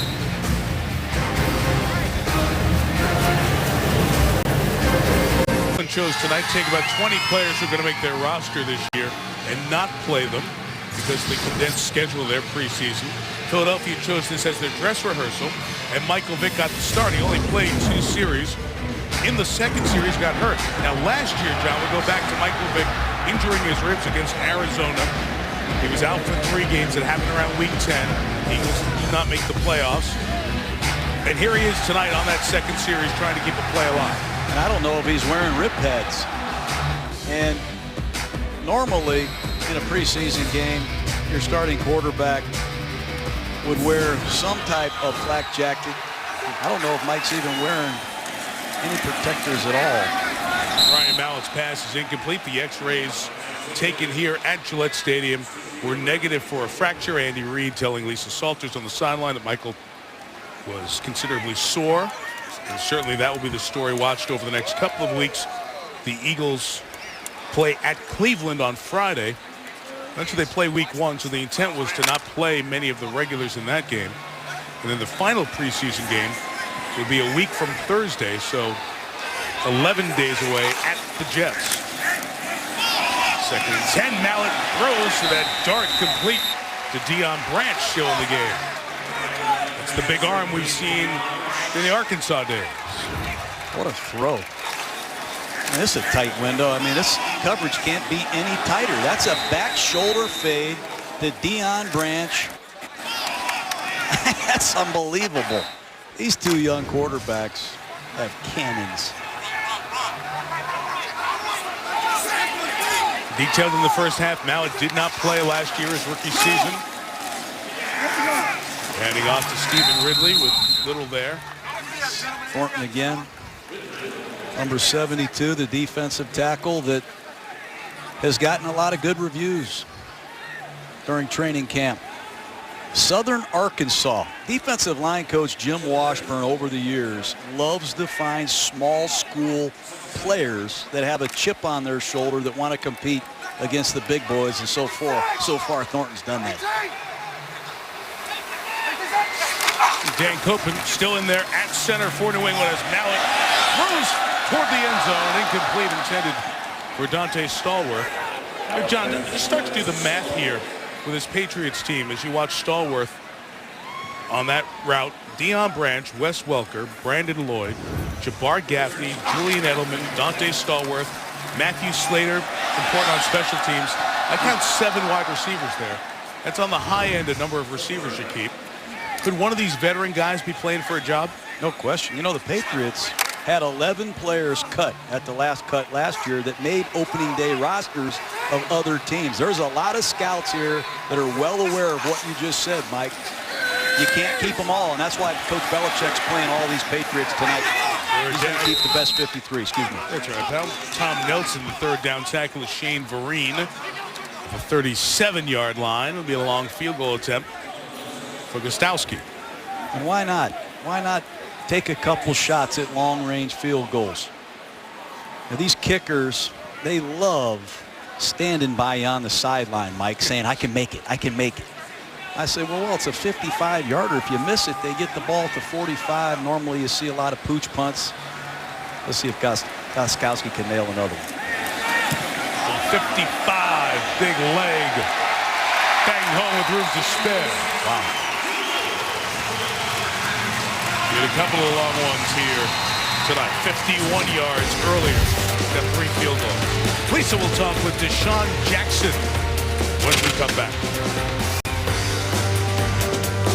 We start the 43rd season of Monday Night Football with a couple of good division battles. 3 weeks from tonight, Cincinnati in Baltimore. A couple of playoff teams from 2011.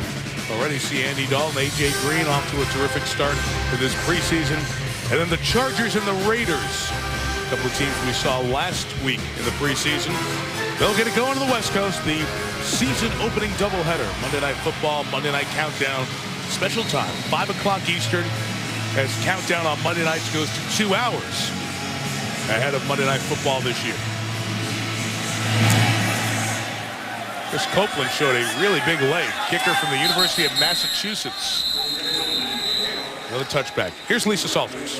Thank you, Mike. I'm with Eagles wide receiver Deshaun Jackson. Deshaun, what did you think when you saw Michael Vick go down? Oh, in my mind, I was like, oh, not again, man. You know, last year we kind of dealt with a lot of times with him getting injured and things like that. And, you know, he's such a huge part in our offense. So, you know, going back in there at halftime and checking him out, things was pretty cool. You know, he was sore and bruised up a little bit, but you know, he's just like, man, I can't keep taking no hits like that. So, you know, hopefully we could protect him up a little better than that. How did he look to you, and what did he say to you guys about how serious the injury was? Well, you know, Mike Vick is always in the playful mode, and, you know, he was back there just, you know, joking around, but at the same time I could tell he was kind of, you know, sore and, you know, bruised up and hurt a little bit. But, you know, this is the second preseason game. We got a lot of time before the regular season, the first opening game. You know, hopefully he can get off his feet, chill, relax, and not take no hits like that anymore. For you, a new contract, 5 years, $51 million. Tell me how this training camp has been different for you. Oh, man, I've just been able to focus. You know, I'm out here and just want to, you know, move forward. Last year was a very tough year for myself and, you know, this team, not only myself, this team. And, you know, this year we just been coming together. We worked hard all through off season and, you know, now finishing up with training camp and things like that. You know, we won the first preseason game, so hopefully we can win this game too and just, you know, win out and carry it on to the regular season. You've told me that with everything that went on last season, you tried to not let it affect you, but sometimes it did. What did you mean? You know, well, just focusing. I think, you know, football is a big, you know, mind game and just being able to come out on this field and not have everything else on my mind and think about certain things. So, you know, with that out the way now, I could just come out here and focus on football and just give them all. You were criticized last year for not giving it your all the time. I mean, that's what they say, but I mean, just because I didn't have the, you know, production like I'm usually having, you know, in the past 4 years, they all said I wasn't giving them all and things like that. But like I said, I just was able to, you know, get through it, and I'm just happy about the new year and the new contract and things like that. So, you know, hopefully we can move forward and get the Super Bowl this year. This backup quarterback, rookie Nick Foles, he came into the game a lot earlier than he thought he was going to. What was he like in the huddle? What impression was about him? He was very poised. You know, he's a great quarterback coming from Arizona, Pac-10 guy like myself. You know, and I'm just excited to play with him. You know, throughout the preseason, last game and practice, he's always throwing it up deep. So, you know, for myself to be a wide receiver on the outside, I love to, you know, look forward to him throwing the ball down the field. And as you can see, we had one of them long balls down the field and we completed. So that's a good thing. What impresses you most about what you've seen from him? He's just poised. Like I say, he's, you know, got a big frame, a big body. You know, he has a big arm that comes with it. And, you know, he's in there. He knows the offense. You know, a lot of rookies come in this game and, you know, they struggle with the offense and, you know, just all the formation and things like that. But, you know, he's doing a great job at it. Thanks for your time, Deshaun. Have a great season. Mike. All right, Lisa, thank you. A beautiful pass by Foles to Damaris Johnson. And then A nice run to Bryce Brown takes it to the 28-yard line. Bryce Brown, what an interesting story this kid is. Just a simple handoff off the left side. Good backside blocking by the Eagles. And Bryce Brown started his career at Tennessee, transferred to Kansas State.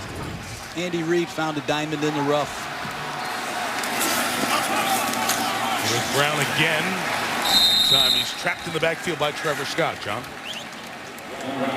Well, Brown went to Tennessee to play for Lane Kiffin, Mike. Lane Kiffin left. He transferred to Kansas State. Sat out a year. I only saw him carry the ball one time last year. Andy Reid shows up at the pro timing date. The kid runs fast. He declares for the draft. Here he is. It was bizarre. Had one game, one carry against Eastern Kentucky, 16 yards, then left Kansas State. Foles continuing to throw on target, on time when available. To the 20-yard line, Marty Gilliard, second-year receiver out of Cincinnati. You know, they're not just calling the same play after play after play. They're motioning to bunch formations. They're in no-back sets. He's audibling in and out of plays. I can't tell you how impressed I am with the volume of offense, personnel groupings, decision-making that Nick Foles has executed for Marty Morningwig tonight. It's a credit to Marty Morningwig as well. Brown picked up in the backfield. Patriots fans asked to support their defense. And Nico Kudavidas comes up to make the play. Started a game at outside linebacker last year. He's been around the league a bunch. Seattle, Denver, Tampa, now here as a Patriot. Kudavidas, another special teams gem. You know, Bill Belichick places a lot of emphasis on finding men that love it, that can play special teams and do just about anything he asks between the lines. And Kudavidas is another one. 42-yard field goal attempt. Solid rookie season for Alex Henry. Missed only 3 field goals. And the Nebraska Cornhusker from his college days bangs another one through. I look at the Patriots play and I just marvel at all the versatility they have. Look at Julian Edelman playing wide receiver. He looks like Wes Welker running that route. Then I watch him. He's playing defense. He's making tackles. And I saw him last year on Kansas City take a punt to the house. He plays on all 3 phases. That's what they did in the old days. Here's Matthew Slater catching a 46-yard pass. He starts on defense against the Colts. He's a Pro Bowl special teams player. How do they coach all these players to do all these things? I saw Dan Connolly play center last year. The year before, I see him playing left guard and right guard. I even saw him return a kickoff 80 yards against the Packers. What Bill Belichick gets out of his players is very uncommon. It's a hallmark of his teams over the years. Think back to Mike Vrabel and all the touchdown passes he caught while still being a very high productive defensive player. And it's part of what you're asked to do. We see players switch sides of the ball, offense to defense, and the versatility. And you mentioned the comment about Bill Belichick. You go back to Bill Parcells, who he, of course, was with the Giants, the Jets, etc., and here. And Parcells always talked about the value of those last spots on the roster and how important those were to fill them in the preseason. Well, the versatility of some of those back spots on the roster have allowed the Patriots the ability to do those things over the years. Certainly does. And even a guy like Vince Wilfork, everybody says Vince Wilfork's a nose tackle. Not on the tapes I look at. He plays defensive tackle and he plays defensive end. And it's just another Patriot that does what Bill Belichick says to do. Whatever it takes to win a game. You hear it all the time when you come down here. We're going to be game plan specific. We're going to do whatever we need to do to beat this opponent. And this versatility makes all that possible. And you saw the numbers, 49 different players starting. Last year, Brian Hoyer back in. That's it, John. When people say, well, what's the Patriots offense? Well, they do a lot of things. They line up. It's the no huddle. It's the uniqueness of the tight ends. Well, what's the Patriots defense? Some weeks it's a 3-4. Some weeks it's a 4-3. And oftentimes, by the time you figure it out, Brady's put up a couple of touchdowns. You're playing out of the hole. So we haven't even talked about the tempo that Tom Brady plays with. The offensive tempo we'll get into here hopefully a little bit later is off the charts. They can snap the ball and line up in a million different formations, and it is just dizzying. After 3 here in Foxborough, the Eagles lead by 7. Cats fans were dancing, then they turned off the music on them here. Fourth quarter, Eagles lead 24-17. This place was rocking Saturday night. Yeah. Bruce Springsteen and the East Street Band. You've seen them 28 times, you said, Mike. Time number 28, and they were as good as they've ever been. They rocked Gillette Stadium. They played Fenway for a couple of nights earlier in the week. I bet a lot of fans can't imagine you sitting there 28 different times watching the boss. Come on, what do you mean? That's the guy, man. You'd be up there looking at your media guys. I love the East Street Band, but nothing like it.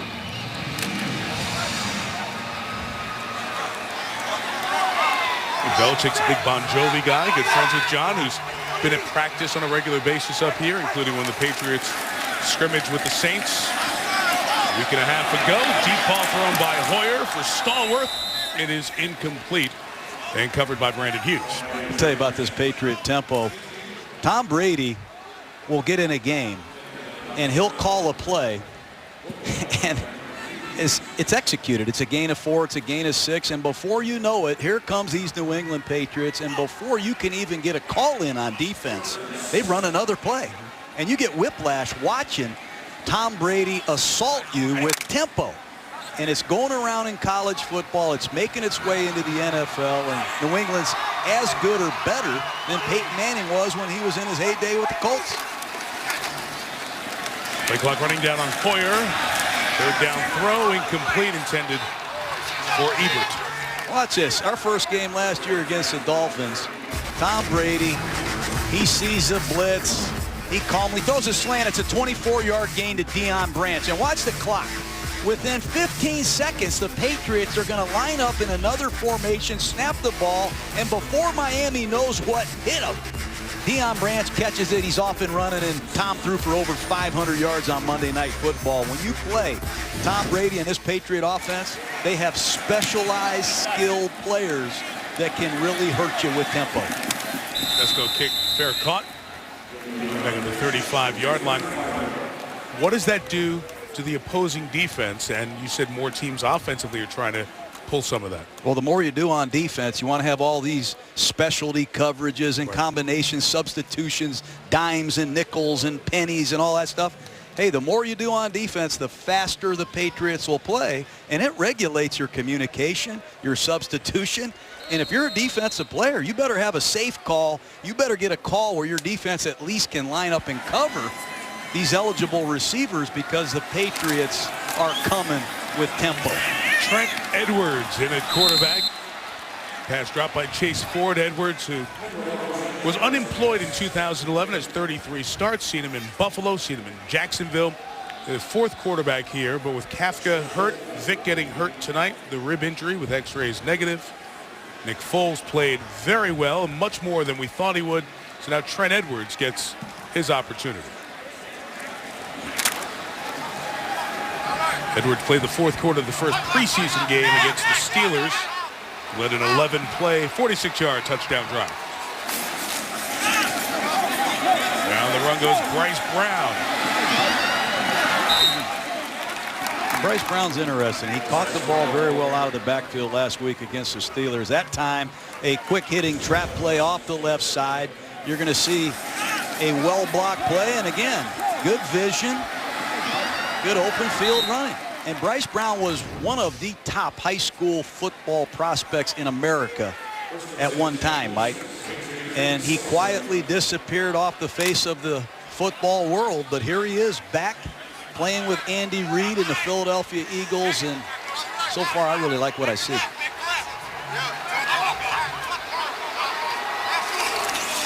Edwards at Los Gatos High School in California. The pass is incomplete. Mentioned Brown's got 4 carries to 38 yards. You detailed what a great recruit he was after playing those 13 games in Tennessee, and did show for Lane Kiffin that freshman ability of how highly he was recruited. And you mentioned he goes to Kansas State after all this action in Tennessee, injures his ankle, only carries it once. But you go back 3-4 years, you got to do your digging to find on this guy. And what impressed Andy Reid was Bill Snyder, the Kansas State coach, took this guy who only had 1 carry, then left the team, allowed him to work out at K-State's pro day. His brother also went to Kansas State. He kind of went back to their area in Kansas. And Bill Snyder understood he didn't want to be there. He didn't fit in, and it worked out fine that he wasn't a bad guy, didn't cause any trouble. So we allowed him to come back for pro day. The Eagles dig him up, see him. And now Bryce Brown, 7th-round pick.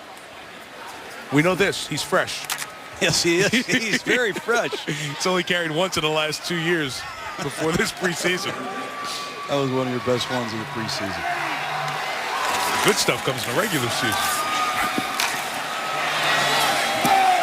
Edwards' pass is dropped as DeMaris Johnson came back for it. Flag for a hold on the Eagles.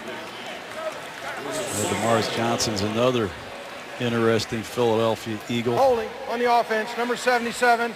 That penalty's declined. 4th down. There's Demetrius Bell, holding call. They really need one of these 2 left tackles to step up. Jason Peters, their Pro Bowler, will be very difficult to replace. And King Dunlap got some good work. There he is in the first half. When they went to Buffalo a few years ago and got Peters, who's a 5-time Pro Bowler, and Bell also was a Buffalo Bill. Chaz Henry punting here in the second half after Matt McBriar did in the first. And it's down to the 6 by Curtis Marsh on special teams. Only a minute 23 gone by in the 4th quarter. For what could be one of the better games in the AFC. Health and everything breaks right. The Texans and the Patriots. Monday Night Football game later on in the year that sticks out to me. Stephen Ridley with the carry to the 17-yard line. Stephen Ridley. 1,000-yard back his senior year at LSU. Former team captain of the Bengal Tigers. You mentioned the fumble issues that he had late in the regular season last year, atypical to his LSU career.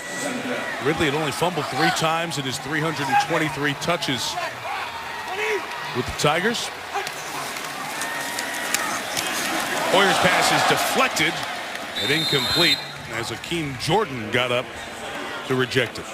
You know, you look out on this defensive line of the Eagles. We've talked about them all night. There's another fresh defensive lineman, number 75.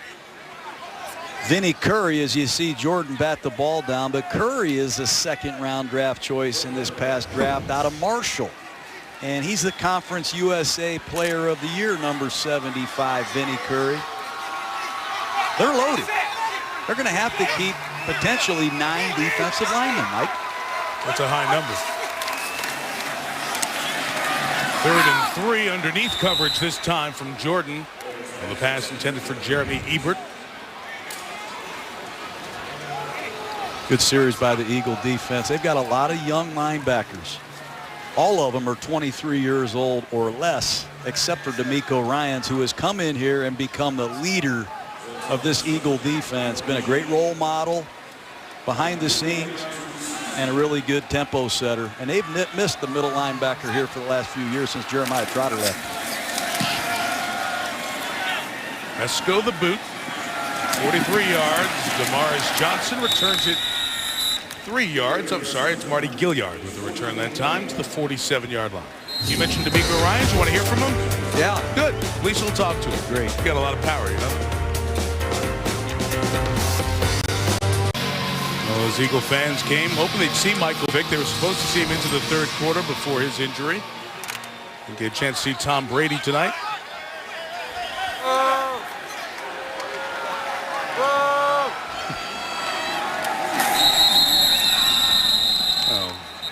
Flag as this series starts with Trent Edwards in a quarterback. Ball start.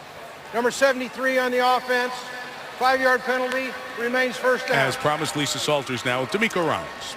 Thank you, Mike. D'Amico, Andy Reid was very upset with the defense early in this game. What was he saying to you guys over there on the sideline? There's a lot of penalties, so he was getting on us about getting the penalties when we should have been off the field. You know, got a little too rowdy for, preseason. It's a little too early for that, but, we know the importance of it, and he's trying to, teach us to be smarter.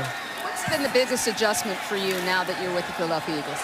I was just getting used to my group of guys now, and that's going through training camp and the practices.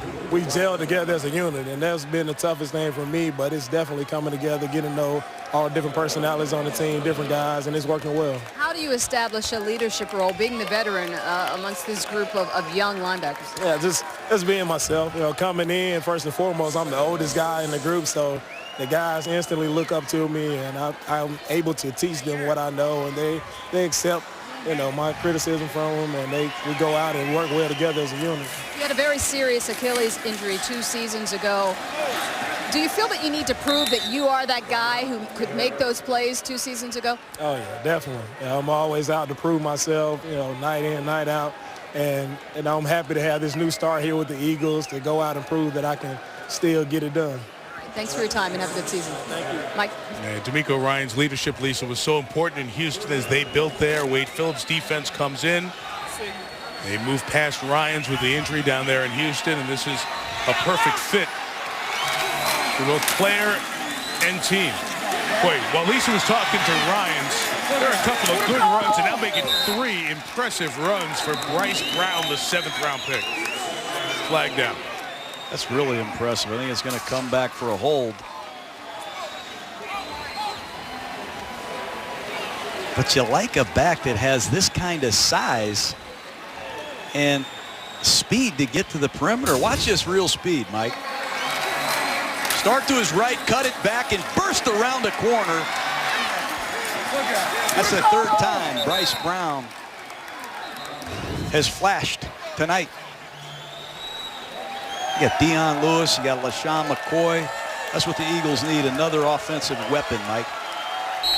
It's penalty number 15 on Philadelphia will be the thing that Ryans was talking about that got Andy Reid unhappy early on and will certainly be carried over as the message for the Eagles. Now Chris Polk, rookie out of Washington, all he did as a first-team All-Pac-12 performer was run up 4,000 yards as a Husky.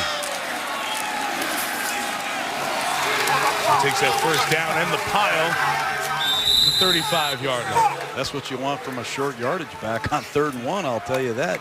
You know, Polk is a tough kid. He's had some shoulder problems that he played through at Washington. Very productive back, went to the Senior Bowl. Probably didn't run as fast as a lot of people thought. That's why he slipped in the draft. But when you put the pads on and you go play football and you say, hey, it's 3rd and 1, you give the ball to a guy like Polk. Good back, good vision, tough. And he subs in both ways now as Polk carries to the right. The players who started at corner tonight for New England, Sterling Moore, Razai Dowling still out there. Kyle Arrington and Devin McCourty, who are cornerbacks who we'll see a lot of for New England as the year goes on. They are not playing tonight. A lot of the veterans for the Patriots, both sides of the ball sitting this one out. Their dress rehearsal game will be Tampa coming up this week. Bill Belichick is going to practice with his team against Greg Schiano's Buccaneer team down in Tampa Wednesday and Thursday before their Friday game. John, we talked about this before. New England did it with New Orleans earlier this year. The Chargers and the Cowboys are doing it today and tomorrow, practicing against another team. How good is that work for coaches in the evaluation process? Well, I really liked it. I don't think we did it enough, but you sit down as the head coach with the other head coach and you basically organize a 2 or 3 day practice, and you get one-on-one pass rush, you get route running, good against good, you work different matchups, you work on inside running periods, blitz pickups, you name it. It's controlled quality work, and you're not practicing against your own people, so you're not hitting. Number 77 on the offense. 5-yard penalty, remains 3rd down. You're not hitting a New England Patriot with another New England Patriot. So injuries, I think, are a little bit reduced because of that, Mike. And you get a lot more reps. You cover a lot of different situations. And I think you're going to see more and more of that with this new CBA. As a fan, what I would love to see is 2 preseason games and do that a couple of times against other teams and do one of them in a stadium. And have somebody explain what's going on. Because then you'll see Tom Brady on the field for 60 or 65 throws. You'll learn more about football. A pass is incomplete. It's 4th down. Look, I don't blame Belichick for doing what he did tonight. 3 games in 10 days. You got to manage your team for the season. Brady has skipped other preseason games over the past couple of years, but the fans paid the same money tonight as they do for the regular season.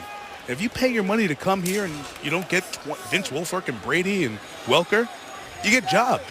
You get hosed as a fan, and it's just unfair to them. So you got to do something about this preseason. Commissioner has said it in the past that the preseason product is not the quality it needs to be for NFL fans, and that would be my suggestion to improve it. I can't breathe. Do you like it? Do you agree with me? I'll give you a whole commercial and think about it. Wow, man, ouch. Rico voting for 2 preseason games a year. John Gruden voting for 6 up here in the booth. No, I do coaches need 4 preseason games I don't know to evaluate if you need 4, everybody? but the value of the preseason, I mean, I go to spring training down in Tampa. I watch the Yankees. I watch the Rays play. They don't play their starters. You got to develop your farm system and see how they can compete in the big arena. And you pay $5 to get in.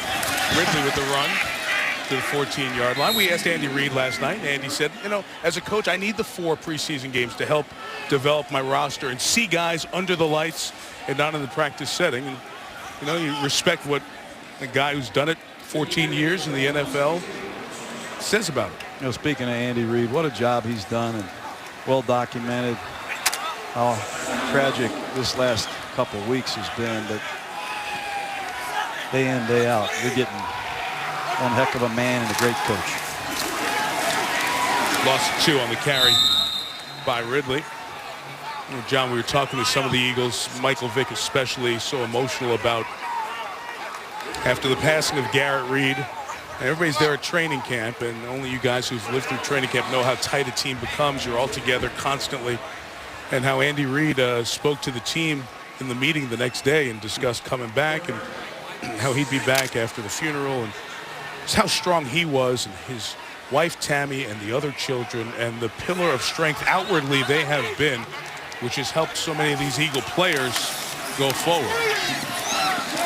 Screen for Ridley, incomplete.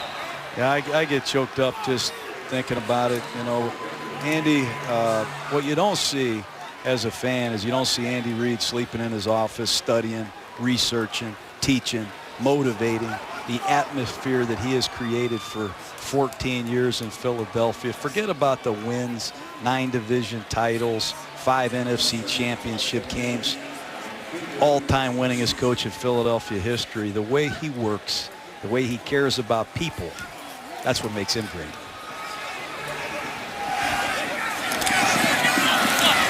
Hilliard 3-yard return. And we see that in the connection he's had with Michael Vick and how important Michael's been and how touched he's been over the last couple of weeks.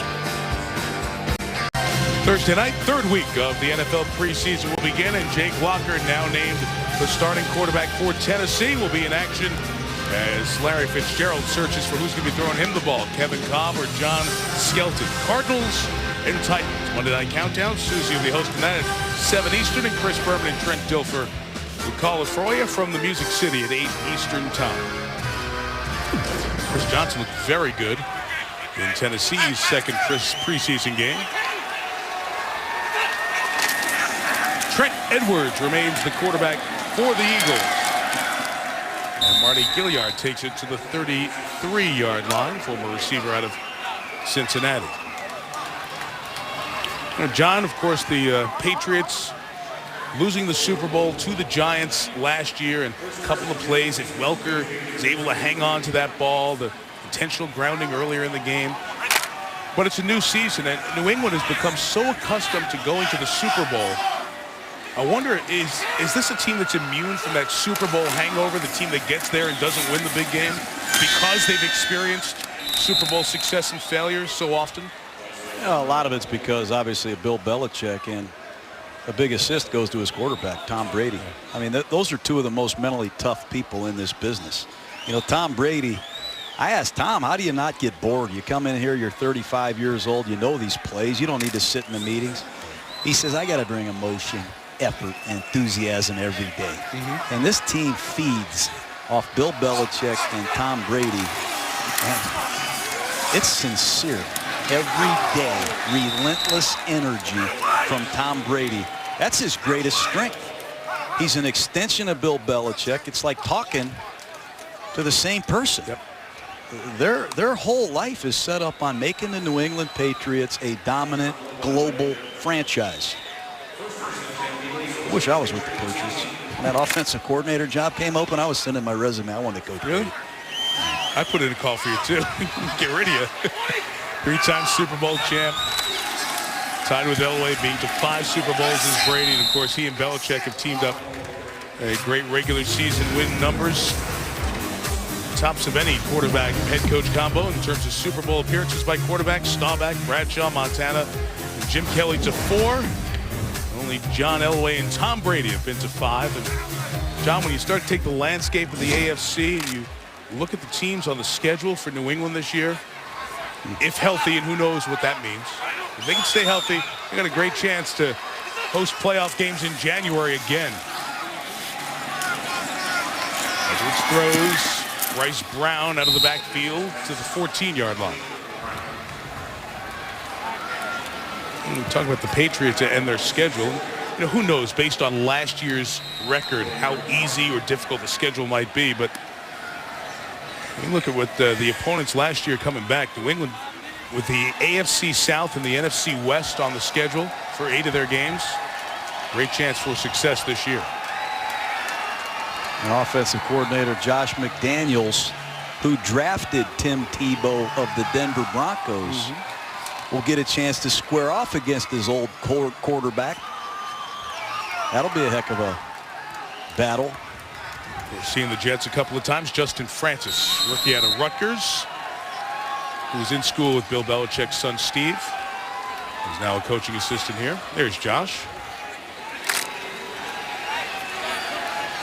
Been a word or two spoken about the Jets in this preseason, and even more as they've gone, was it 11 drives with no touchdowns scored.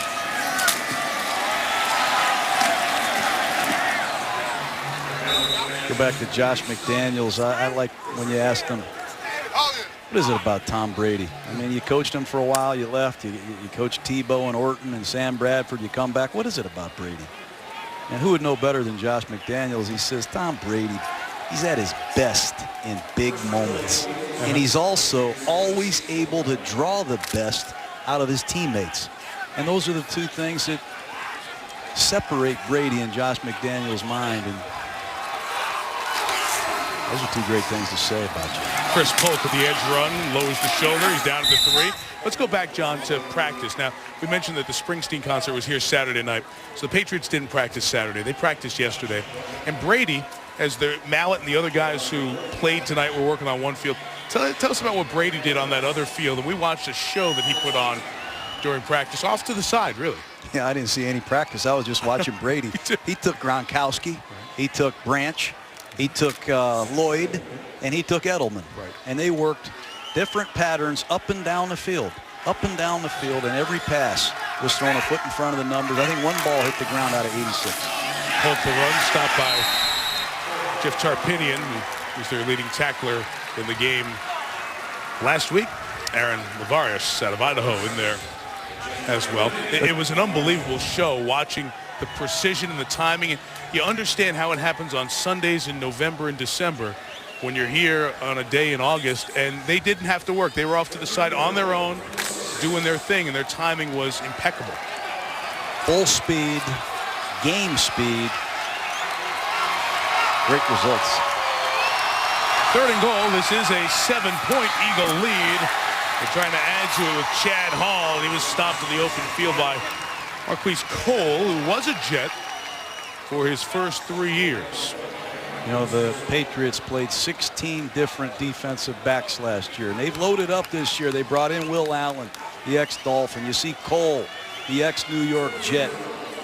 They drafted Tavon Wilson in the 2nd round, who's inactive tonight. The highest player picked this year that wasn't invited to the Combine. They have a lot of competition, some tough cut downs ahead of them. And every one of these plays is going to be looked at carefully by Coach Belichick. Matt Patricia, who's the youngest defensive coordinator in the league. Andy Reid milked the clock down to take the timeout with 2:04 to go. There you see Matt was the safeties coach, was a graduate assistant at Syracuse, then came to the Patriots, coached the offensive line, then linebackers and safeties.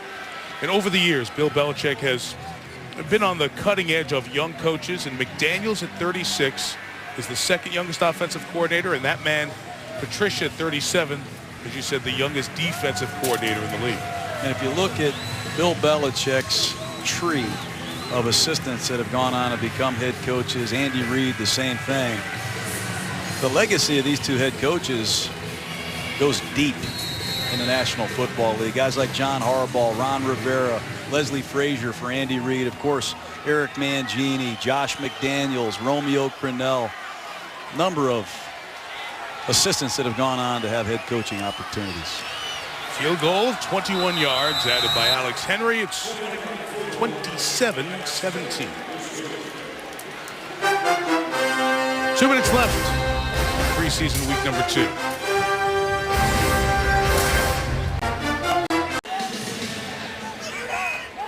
Ten-point Eagle lead here at the 2-minute warning, as Philadelphia gets set to turn around, get back home, short week, and take on the Cleveland Browns on Friday. It's an Eagle team that, you know, we talk about the dream team comment that was brought up by Vince Young, the backup quarterback when he signed before anybody else was really around. And the tag got stuck to this team throughout the year. And they played well enough to be a playoff team, except in 2 phases. Close games, they blew fourth quarter leads, and turnovers. If they can clean those up and keep Michael Vick healthy, they'll have a chance to be a playoff team again. But Vick injured in the first half here tonight. John, what'd you think of what you saw, the Patriots quarterbacks with Brady not playing and Mallett and Hoyer? I thought they both did some good things. Obviously, pass protection was an issue because Philadelphia got after both of them. Really impressed with the accuracy and pocket presence of Ryan Mallett. And for the Philadelphia Eagles, I can't say enough about what Nick Foles did. Coming in when Michael Vick got hurt on the road, national TV, and executing a lot of different plays and concepts. Running with Ridley for 3 yards.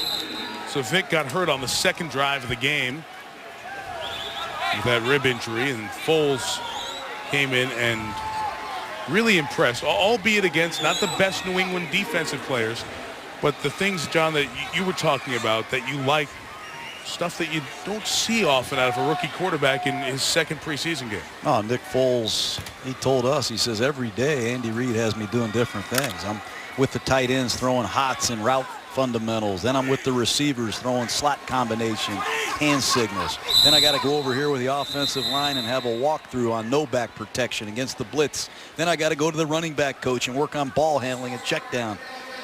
And then the horn blows and I got to go to red zone and team and short yardage and goal line. Then another meeting, more installation. And he loves every second of it. And he's got talent. And that combination of great coaching, talent, and just work ethic is going to pay off for Foles, and it has already. Typical preseason game, 23 penalties here tonight. High end for Philadelphia with their 16. Patriots only had 1 first down in the half here, so they've struggled on the offensive end as they've gotten to their second and third strings. It's a different offense without Gronk and without Aaron Hernandez and Welker. They'll run through their dress rehearsal with the Buccaneers after a couple days of practice this week.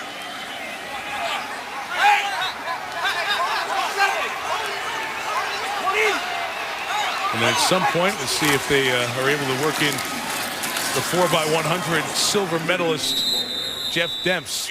Played his football, of course, at Florida. Now signed by the Patriots this past week.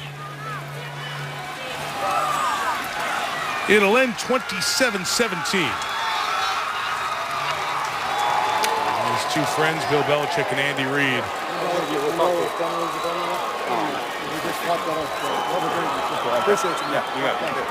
A nice word shared.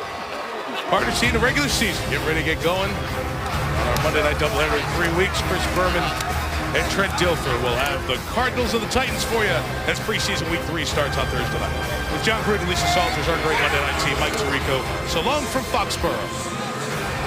Now time for Sports Center.